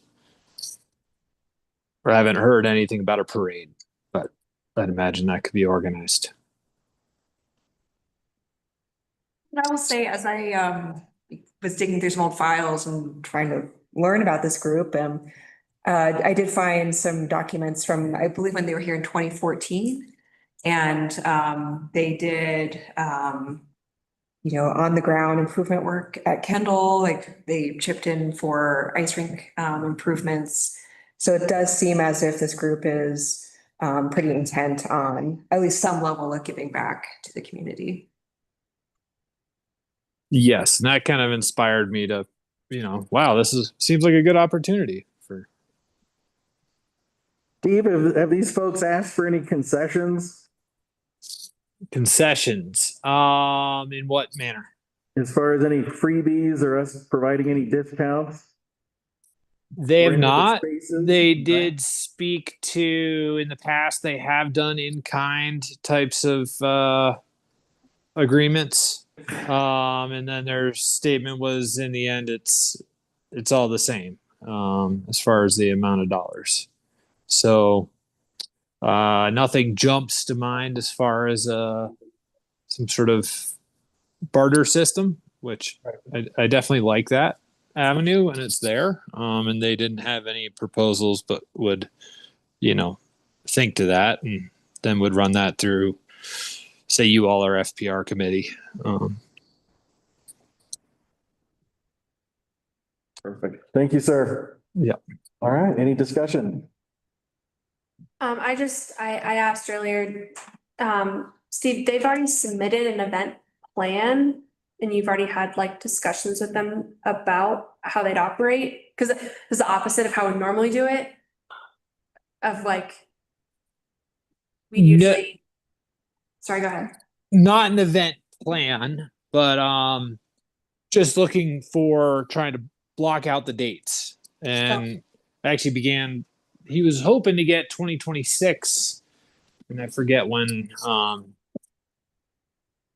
oh gosh, maybe that was in August, right when I started, that we ended up talking, or maybe I was in a different role in town. But I know, yeah, I've already spoken with him at one point and was like, wow, this sounds really great. Then he reached out again recently. And so, no, it's just simply kind of a letter of support to continue conversations with them. And then sort of any event planning would go through you all. And currently these dates are open. Mostly ask. So I want to just make sure like we do a letter of support. We're not like, oh wait, there's like a lot of complicated stuff happening and they want concessions or, whatever. Like we're feeling good about their ability to execute a well-run event, which it sounds like we are. Thankfully, all of our special event applications say that we can Deny, I know. at any time. It's just like weird if we submit a letter of support and deny. Like for moving forward, it should be a well-run event, which it sounds like it's likely to be, but just. Quick Google search says family friendly. So I like, these are good folks. yeah, I mean, it sounds Good pretty folks. good. I'd love to have him here. I would love to provide the letter, as long as everyone else is in agreement. Go for it. Perfect. All right. Would anyone like to entertain a motion? Ron's got the Jeep. Yeah, Ron. Probably will not be part of the crowd this time. Oh, I motion to offer this letter of support for Mile High Jeep Club to hold their annual gathering in Silverton, allowing town to continue exploring this event. Thank you, Chris. Second, We have a first and a second. Ron should take. Yes. Yes. Wakefield, yes. your pro tem Shakers, Yes. Harper. Yes. You guys. Here's the file. We have a discussion of RV code for residents and visitors. This is a presentation and update, I think. Bevan, you're up. Page 69, page 96 in your packets. Thank you. Yeah, I'm trying to get a better handle on enforcing RVs in town and monitoring and identifying really what are residents RVs, what are visitors, and what are workforce housing RVs. So employee RVs. And I've come up with one of the ways to do it is a sticker, probably a sticker and a tag for a resident. The sticker can go on their RV if they have one, and a hang tag can go on a guest. And then there'd be a different color for a different color sticker for a workforce housing RV. And this is in part to help both the sheriff's department and myself identify who's here and permitted versus a visitor that may not be legally spending the night on our streets. So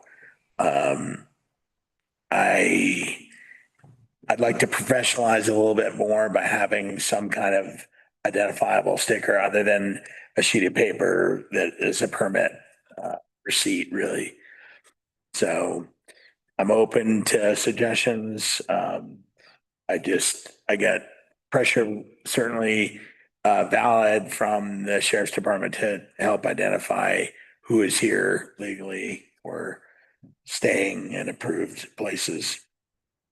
And I think this would help us quickly identify.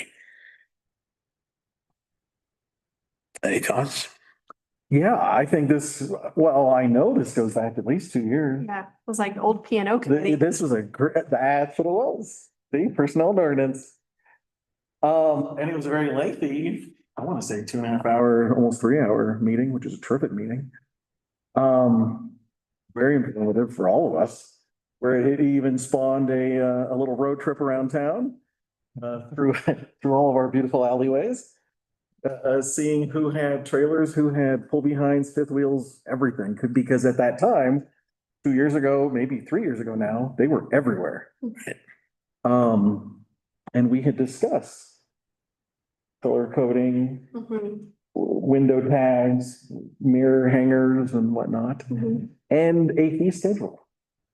Yeah. We did discuss all this. The fee schedule, we haven't implemented, right? Yeah. This is that. Possibly. Well, certainly for workforce housing or employee housing, it requires a temporary use permit, which is $500 for the year. As far as guests or excuse me, as far as residents, they are allowed to have them. They allowed 20 days a year to have either stay in their camper or have guests in their camper or another camper. It's also a way for me to be able to interface with them and identify if they are, if they have a camper, if it's potentially set up properly on their property with utilities and also monitoring the workforce housing RVs, because we had an issue a couple of years ago with that. And we've done such a good job mitigating that issue. Yeah. I have a question about on private property versus camping on the public streets, and like, are we discerning the difference between the two there? Is that the goal of this as well? Or is it that you're not supposed to ever camp on the public streets? I just don't know. Yeah. I think ideally, if you're in a workforce housing RV, it needs to be on your private property. Yeah. So it can't be in the street. If you have a guest that's staying with tanks for a night or two, then They could use the hang tag on the street. hang tag on the street. Okay. I don't want cables running from a camper over a sidewalk. That's where it gets difficult. Okay. So, Extension cords. Yeah, sure. right, so there you want it on the private property, but there are plenty of people that have, have solar and batteries and tanks and can be self-contained. And I don't know that we have anything specific to that for visitors. Most of our code is written to the employee RV. Gotcha. So that's another night to come back to some of that. But if they're going to have water, sewer, electric connected, then they need to be on the property. Yeah. What if they just pull up in front of someone's house, a 32-foot RV and take up all the space? Yeah, I'm not good with that. How's that like formalized in a regulation? They're self-contained, they don't need to have any power or anything else, but they're just sitting there taking up enormous amount of space. Is there something that prevents that from happening? In the code, not really. I mean, aside from if they're parked legally, but. There's a limit on days. Correct. Right, surely. Supposed to be there for more than a certain number of days. Right. That's the sheriff doing that, right? Yeah. Yeah. This is where this stickering system. This is where the stickers just help. It's a simple way to help identify, and it lets residents know and understand that we are monitoring it and that we want to improve the situation in parking and with campers. If we can record that information, we can share it with the sheriff's office, and if someone is over their days, then, Sure. send them over and say, hey, you've been here for 2 weeks, you can go. It also provides the information and the delineation between someone's family member coming to visit and or someone's employee who's going to be there for an extended length of time. But then the question that I had before, to where I even wrote down again, was if I don't want our residents to feel that they will be charged to have family members on their own private property. They're not. No, I understand that, but the way it's written, there's a possible question mark in there.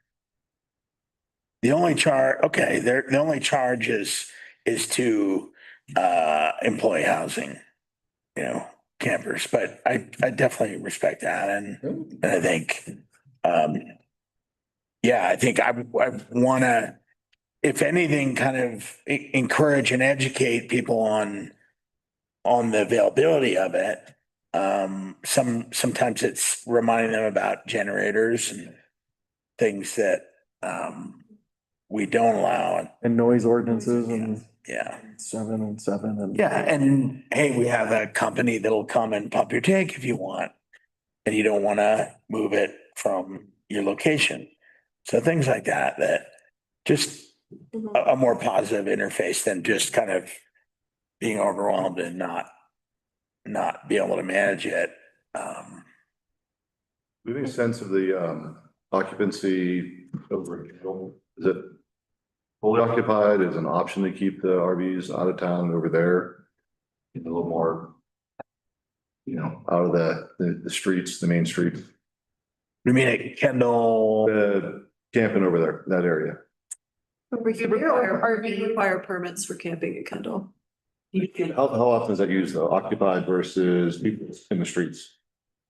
If we were to redirect and say limit what could go on the streets, are there other places for them to camp that would be more suitable, I guess is a question. South Mineral is an entire. South Mineral is the main location. People used to camp at the bottom of and along Kennel Mountain Road at the base of it. And with the land swap that we did, I think it was with BLM, that's basically, we can't have camping there any longer. So that is out. yeah, I'd like to contain it in in an area so that we can manage it, monitor it more than boondocking wherever. When we rent Kendall for events, that includes the outdoor space. And so considering the fact that we have pretty much every weekend booked for weddings, we can't allow campers over there. Okay. Because what they're renting is also the south field.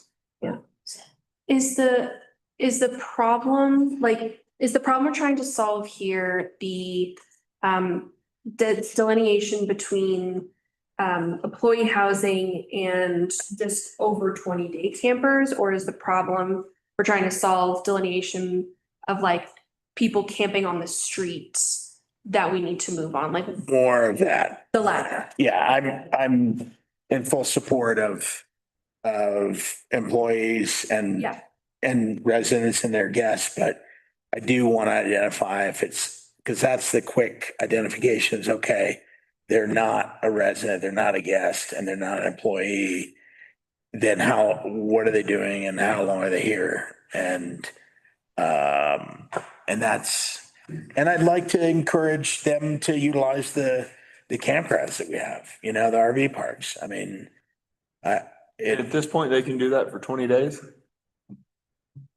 20 days as either a resident, you or your uncle comes to visit, whatever. Yeah, 20 days a year, you're allowed to stay in your camper on your property. If you're not a resident or a guest of a resident, how many days can you park on the side of the street? Not Zero. allowed, yeah. 0 is the hope. Yeah, okay. Do you feel like if we implement this sticker system, you'll be able to manage getting people who do try to park on the street to come in and get a tag or like have that conversation? Like, is this an implementable solution? Part-time code officer can assist. There you go. That. Yeah, I mean, part of this here is told us what's the overall code going to be on RV enforcement. I mean, we obviously had long discussions about this in the past. Some of that was tabled and at the time. And so I'm just touching on one segment of this that'll help me with identification. It doesn't necessarily specify what the rest of the codes could be regarding visitors, but and then it has to interface with the traffic code. And does that work? So I'm trying to improve upon it. I'm not out, but I do want to ultimately acknowledge residents' concerns if they feel like they're being overwhelmed or, visitors and campers are not being responsible or respecting their space. So I think this is the first and best step to addressing an overall issue. I'm all for this. This is great. Like I said, we can always test it. Does it work? Is there a fine if you assume this is implemented and someone's camping illegally? Is there a fine associated or anything like that? It depends on what law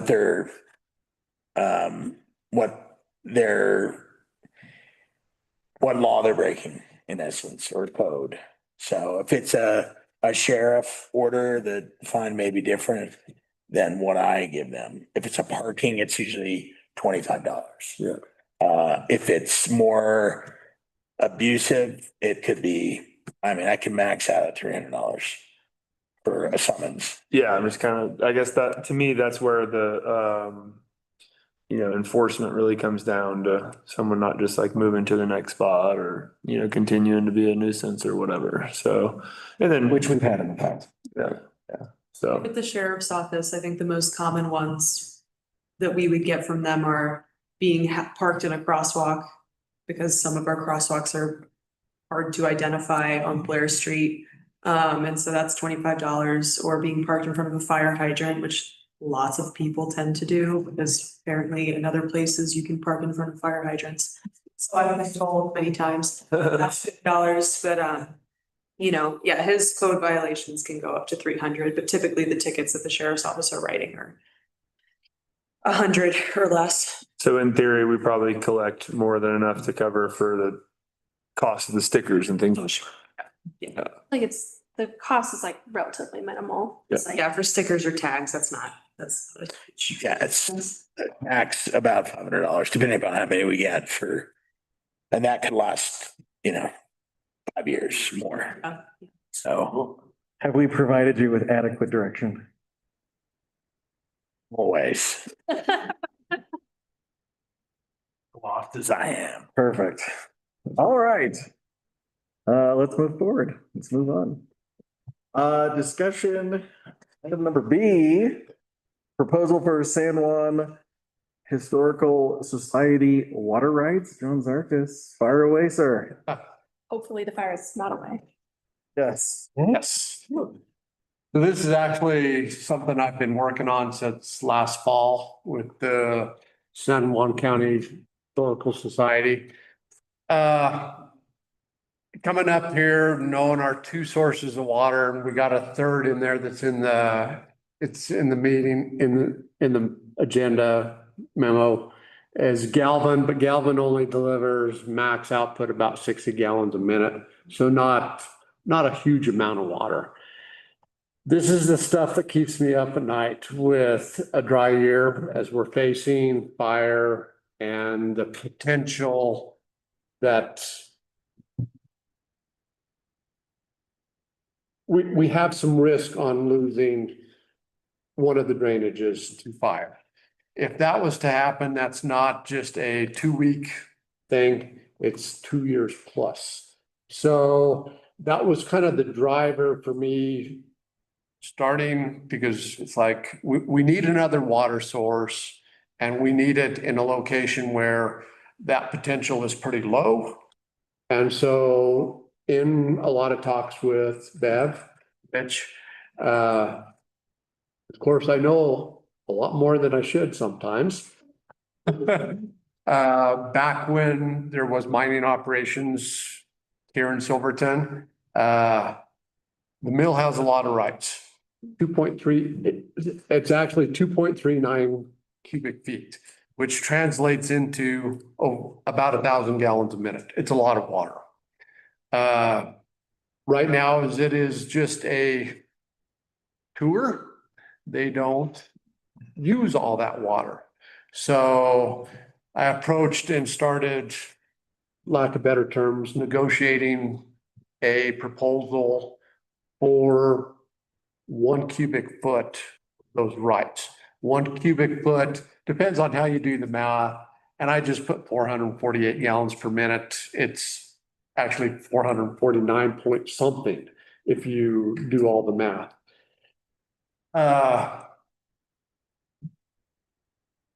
This is a good thing for the community. It's a long-term thing for the community, and the historical board is in favor of the proposal that I have given them. It puts more maintenance responsibilities on town staff, but the return of it overall is worth every penny of it. There's a lot of stuff in there. There's a lot of stuff that step 1, and there's probably 20 more steps in there that we got to go through. Talking with Clayton will be 1 step. So we start drafting some type of a language on how this partnership is going to work. Another step is with Prout and Riley, as far as they'll be on the hook to draft a lot of the stuff, because this will have to go before the water judge and ultimately he has to sign off on it.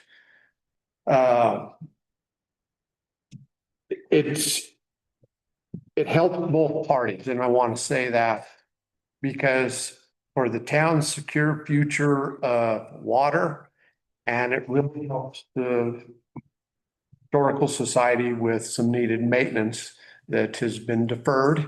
But we have the ability and the knowledge to do those maintenance items. This would include some of the maintenance down at the powerhouse. They have a small water system there. I think there's six bills that they send out a year or whenever they do it. All those little details are just the tip of the iceberg.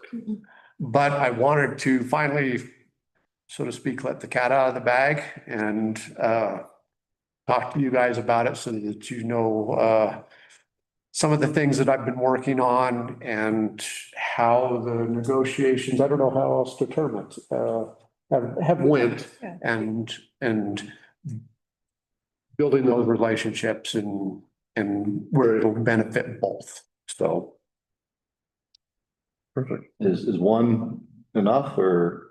Yes, one is enough for now. So to give it a context, our water plant, which as I was talking steps, our water plant right now, we max out to produce about 260 gallons a minute. That's running full bore.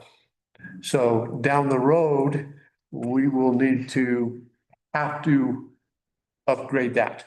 And it's going to be due for an upgrade. It's 46 years old. And so, of course, more storage. One of the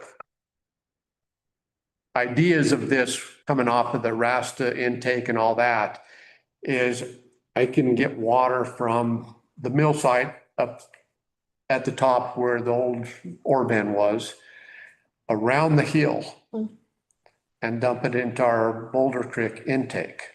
So that's one of the many possibilities, and it would require 2,500 feet plus or minus of some pipeline, but town crew is more than capable of doing that after pipe. But then that way I'm taking untreated water in an intake before I treat it. And part of my meeting today with the state official was I pitched that, and he's going to help me go to the next step as far as now I got to start testing water up there and see what that chemical portion of that brings. It's good water. So the treatment of that water, bringing it into the Boulder, should not change a whole lot from what I'm doing from the Boulder intake. And I can tell you, I know a lot of gentlemen that drank a lot of water up there while they were working. And it never went through a treatment plant, and they're still around and lived their good old age.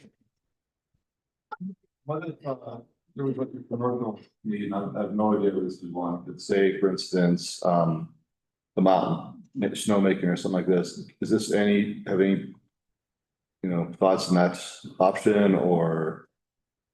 Which is why I brought up the idea of, is one enough? Yeah, as far like the snowmaking, when I done it this last winter, it is better to do that with untreated water because it makes the dynamic of the snow different.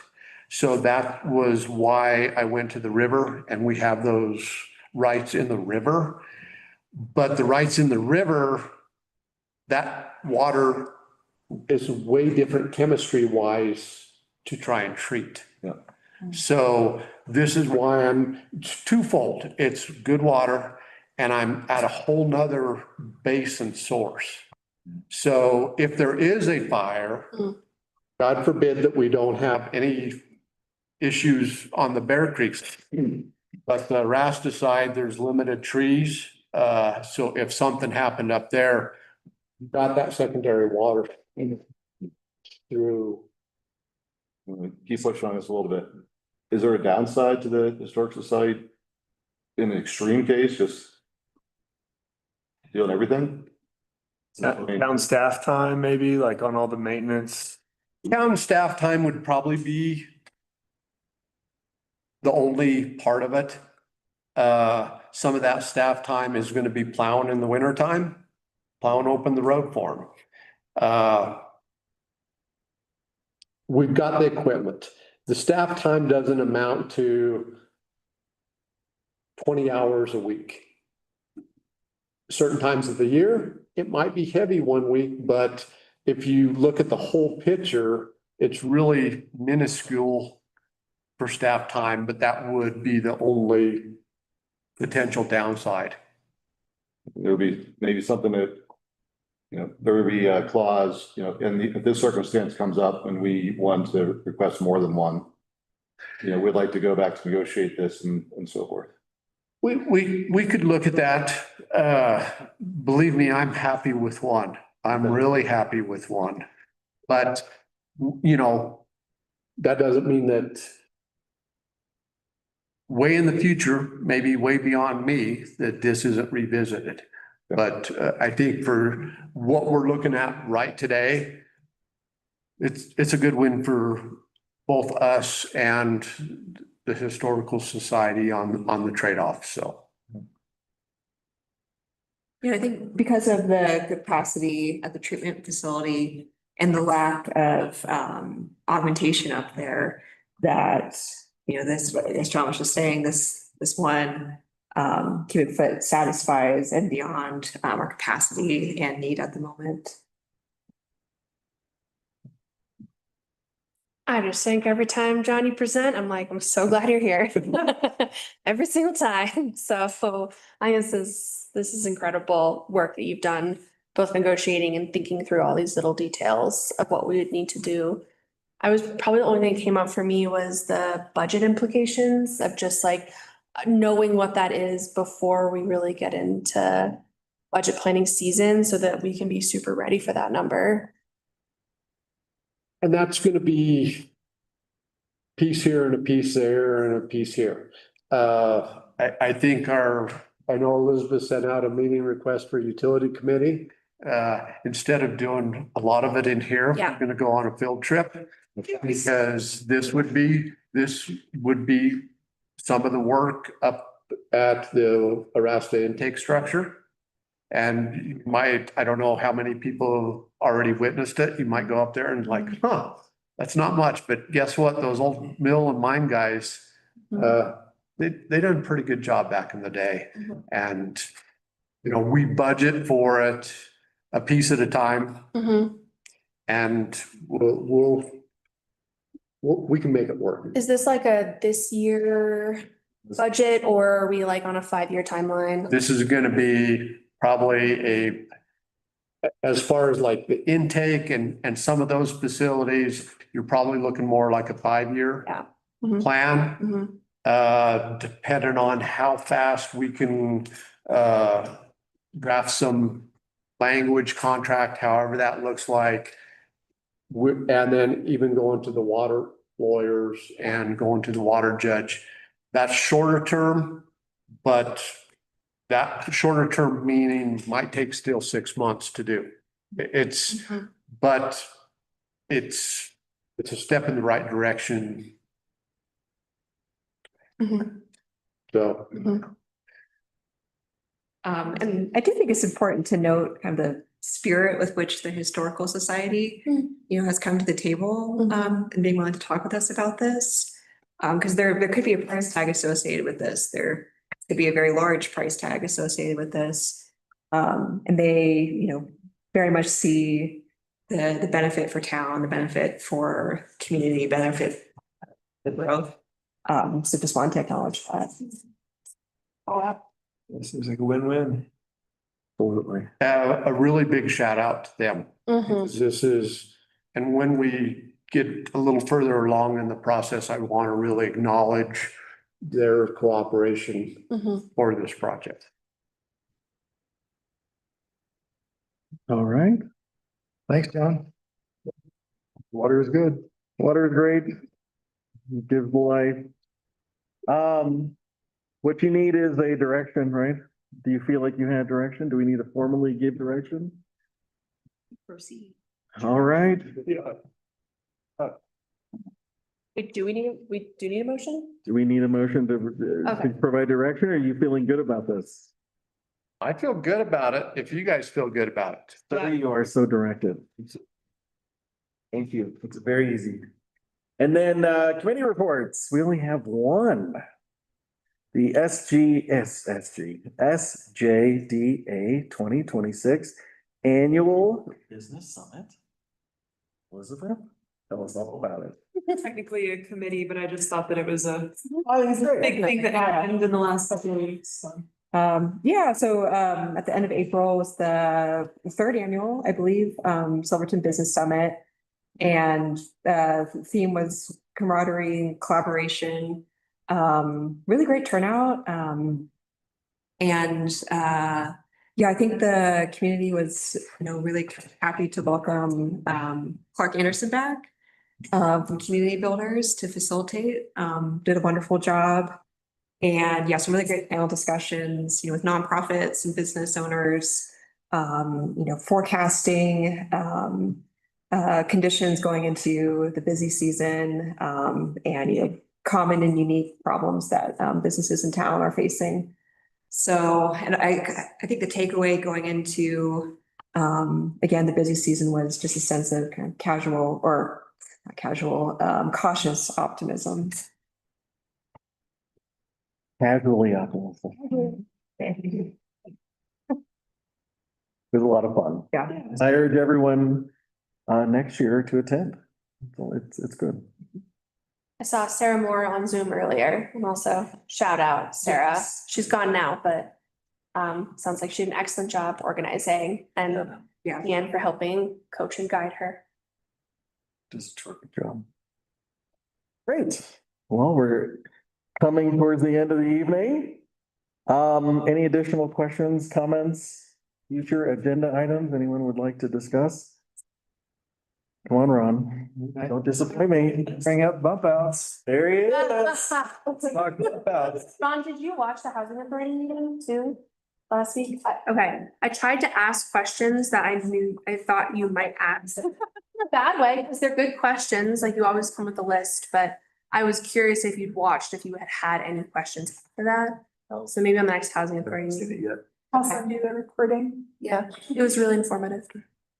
Bump outs There it is. will be after street washing. That is in our washing is gonna happen on the 18th.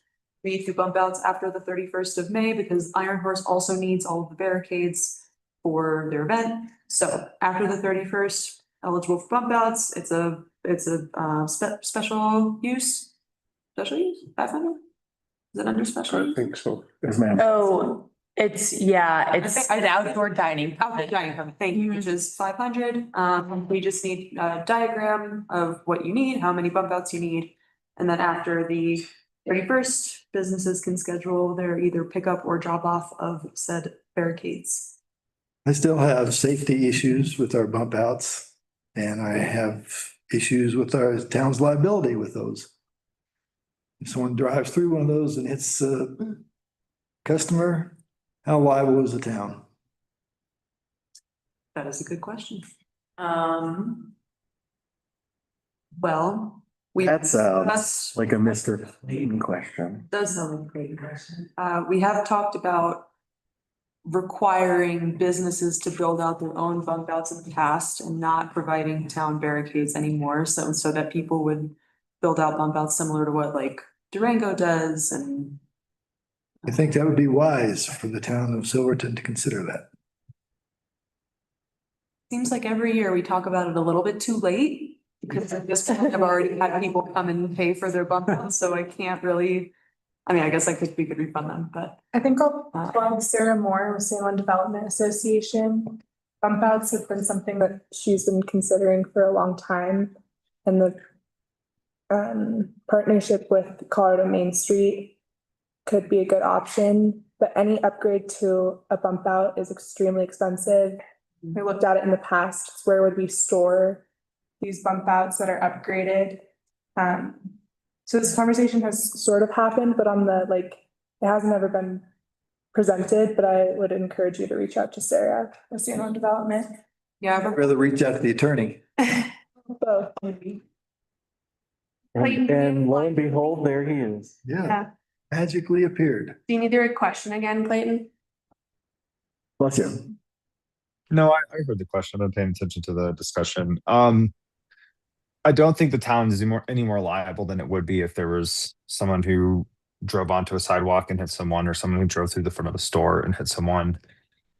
If the bump outs are correctly walled off or signed, etc. I mean, this is a very common practice. Obviously, a lot of this started up in COVID and has actually taken shape and remained, especially on Main Street storefront, restaurants, etc., where they get parking spaces or what have you. And so, it's still on the individual drivers to drive in the lanes. If we were to do something that made or exposed a pedestrian to more than usual danger, say that we had like a merge lane that merged right in front of a bump out in front of a restaurant, maybe. But the way that we do our bump outs is still very common, and I don't think we're creating any extra liability by allowing them. How do you feel about that? I think we still expose ourselves to a lot of liability. And I'm happy to do, if you direct me, if the board directs me, I'm happy to do research into that to see if there has been any case law and or circumstances where a town has been held liable for, say, like a reckless driving or some sort of injury that occurred based on that sort of situation. Because like I said, they're very common in Colorado.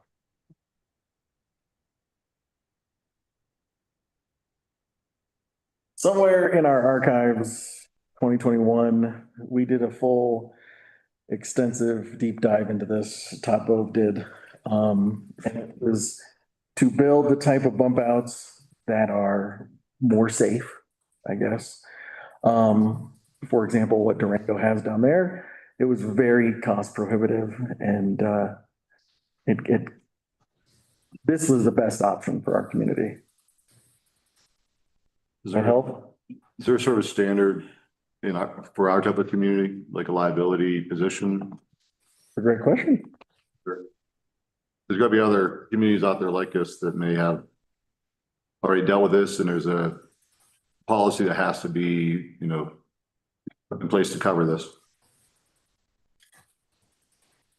I guess I don't understand the question. Are you asking if there's like a public liability waiver?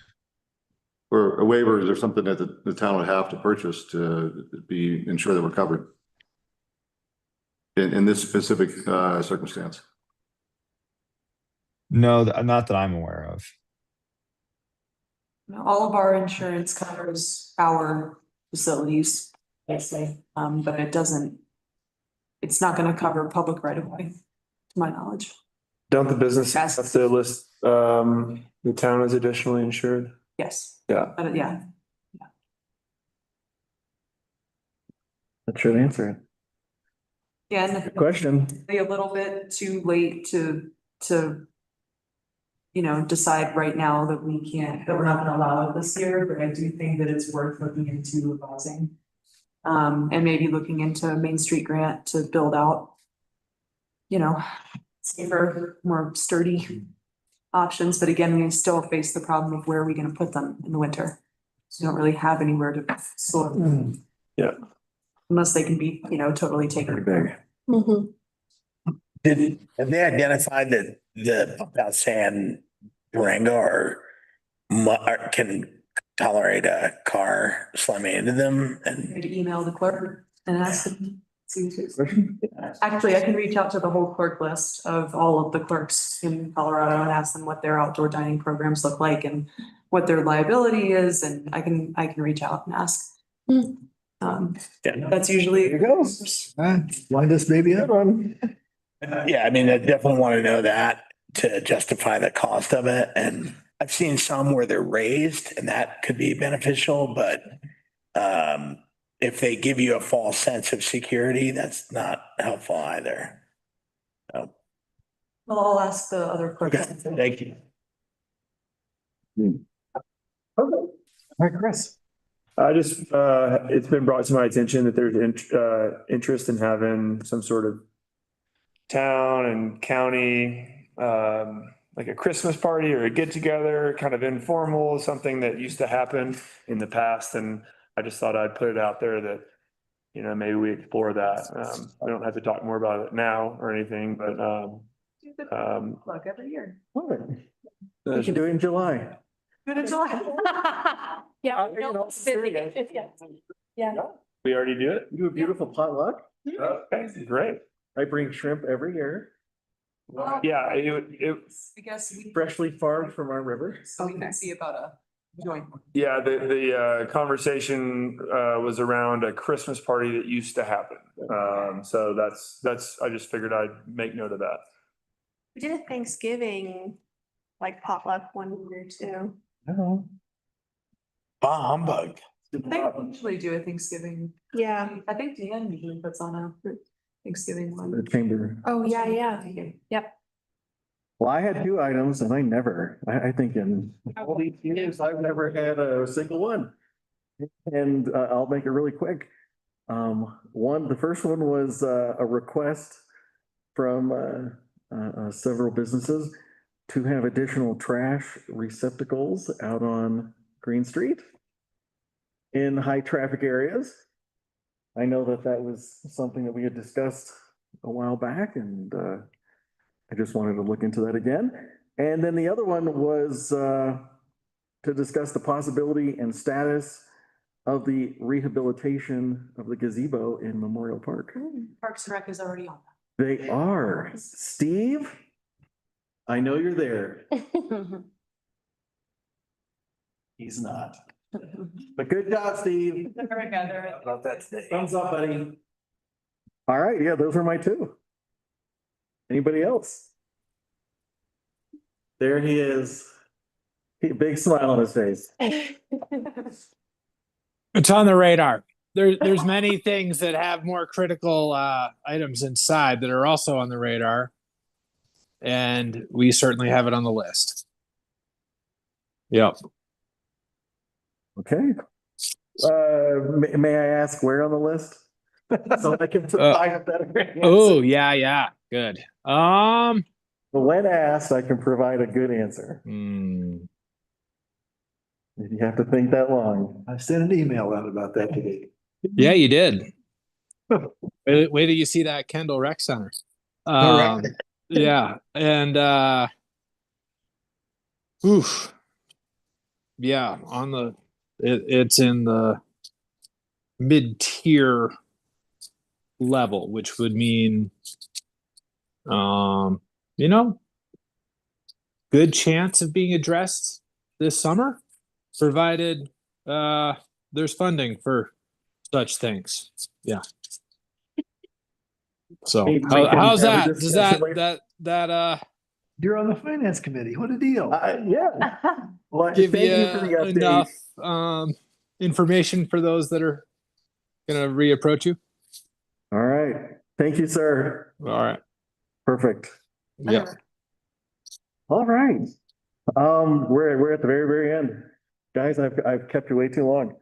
Well, we're gonna roll right into closing comments. Anyone in our immediate vicinity in the audience with a closing comment? No? Oh, we have one. Yeah. It's quick. We have this handy right here. JP Stanley. First, or I guess 2 things would be, one maybe for Bevan would be my thought on the dumpster thing and on the charge for contractors is I think that's too vague. I think it would, and we can talk more too, if anybody would care to talk more, but I think it should be at a certain percentage of because I do mostly remodels. So I think it should be based on a certain percentage of how much is being remodeled on whether you're required to have a dumpster. And then definitely a dumpster if you're doing new construction. So if you're building a new home or new commercial business or whatever, then yes, does dumpster be required? But with us, we do so many small jobs a week that there's no way I could have a commercial dumpster. I couldn't afford it, and either could anybody wanting to hire us. So I think looking at that more before anybody decisions like that would be appreciated. And then on like the stuff that just got mentioned with Steve and you about the upcoming repairs and stuff. I mean, it's happened in the past where it's not been so out in the open for bid for contractors to make sure that town is paying not only just a reasonable price, but also getting the best work for that reasonable price. So just making sure that, in my opinion, goes out with enough, whether it's the paper, it's online, it's calling contractors, to make sure that we're paying a good price for a good quality job when it comes to doing these restorations on projects that we have in town. Perfect. So that's it. Thank you, sir. Thank you. All right. Oh, yes. I was delayed coming here tonight. Lindsay notified me of a planter of all things that was smoldering. So this is just a little bit of a PSA, but it was mulch that was actually on fire. Myself and the owner went through it to try and find a cigarette butt, and it wasn't. It was direct sunlight for whatever reason hitting this mulch. And it's one of the reasons why mulch is not allowed in the WRC around your home, is because it can catch fire. So we put it out, but we were really surprised because there were other planters that were cold, but for whatever reason, this one was hot and it was smoking and burning on top. So it was a hot day. It's just not to scare us, just to be aware that it's real. Good safety tip. Be aware. Watch out for explosive planters. Explosive. You poured water on it. I put a whole water bottle. See? Volunteer firefighter. I didn't even know that. Like, Knocked me in. it was dry. All right. New problem. Okie dokie. Still in public comment. Do we have any hands online? Anyone would like to make a comment? Going once, going twice. Fantastic. All right, seeing none. We will close this meeting at 8:05 PM. Thank you, everyone. We'll see you at a future date that we don't know about. Thank you, Clayton. Thank you, Carl. Hi, Steve. Thank you. Good night, Mr. Mayor.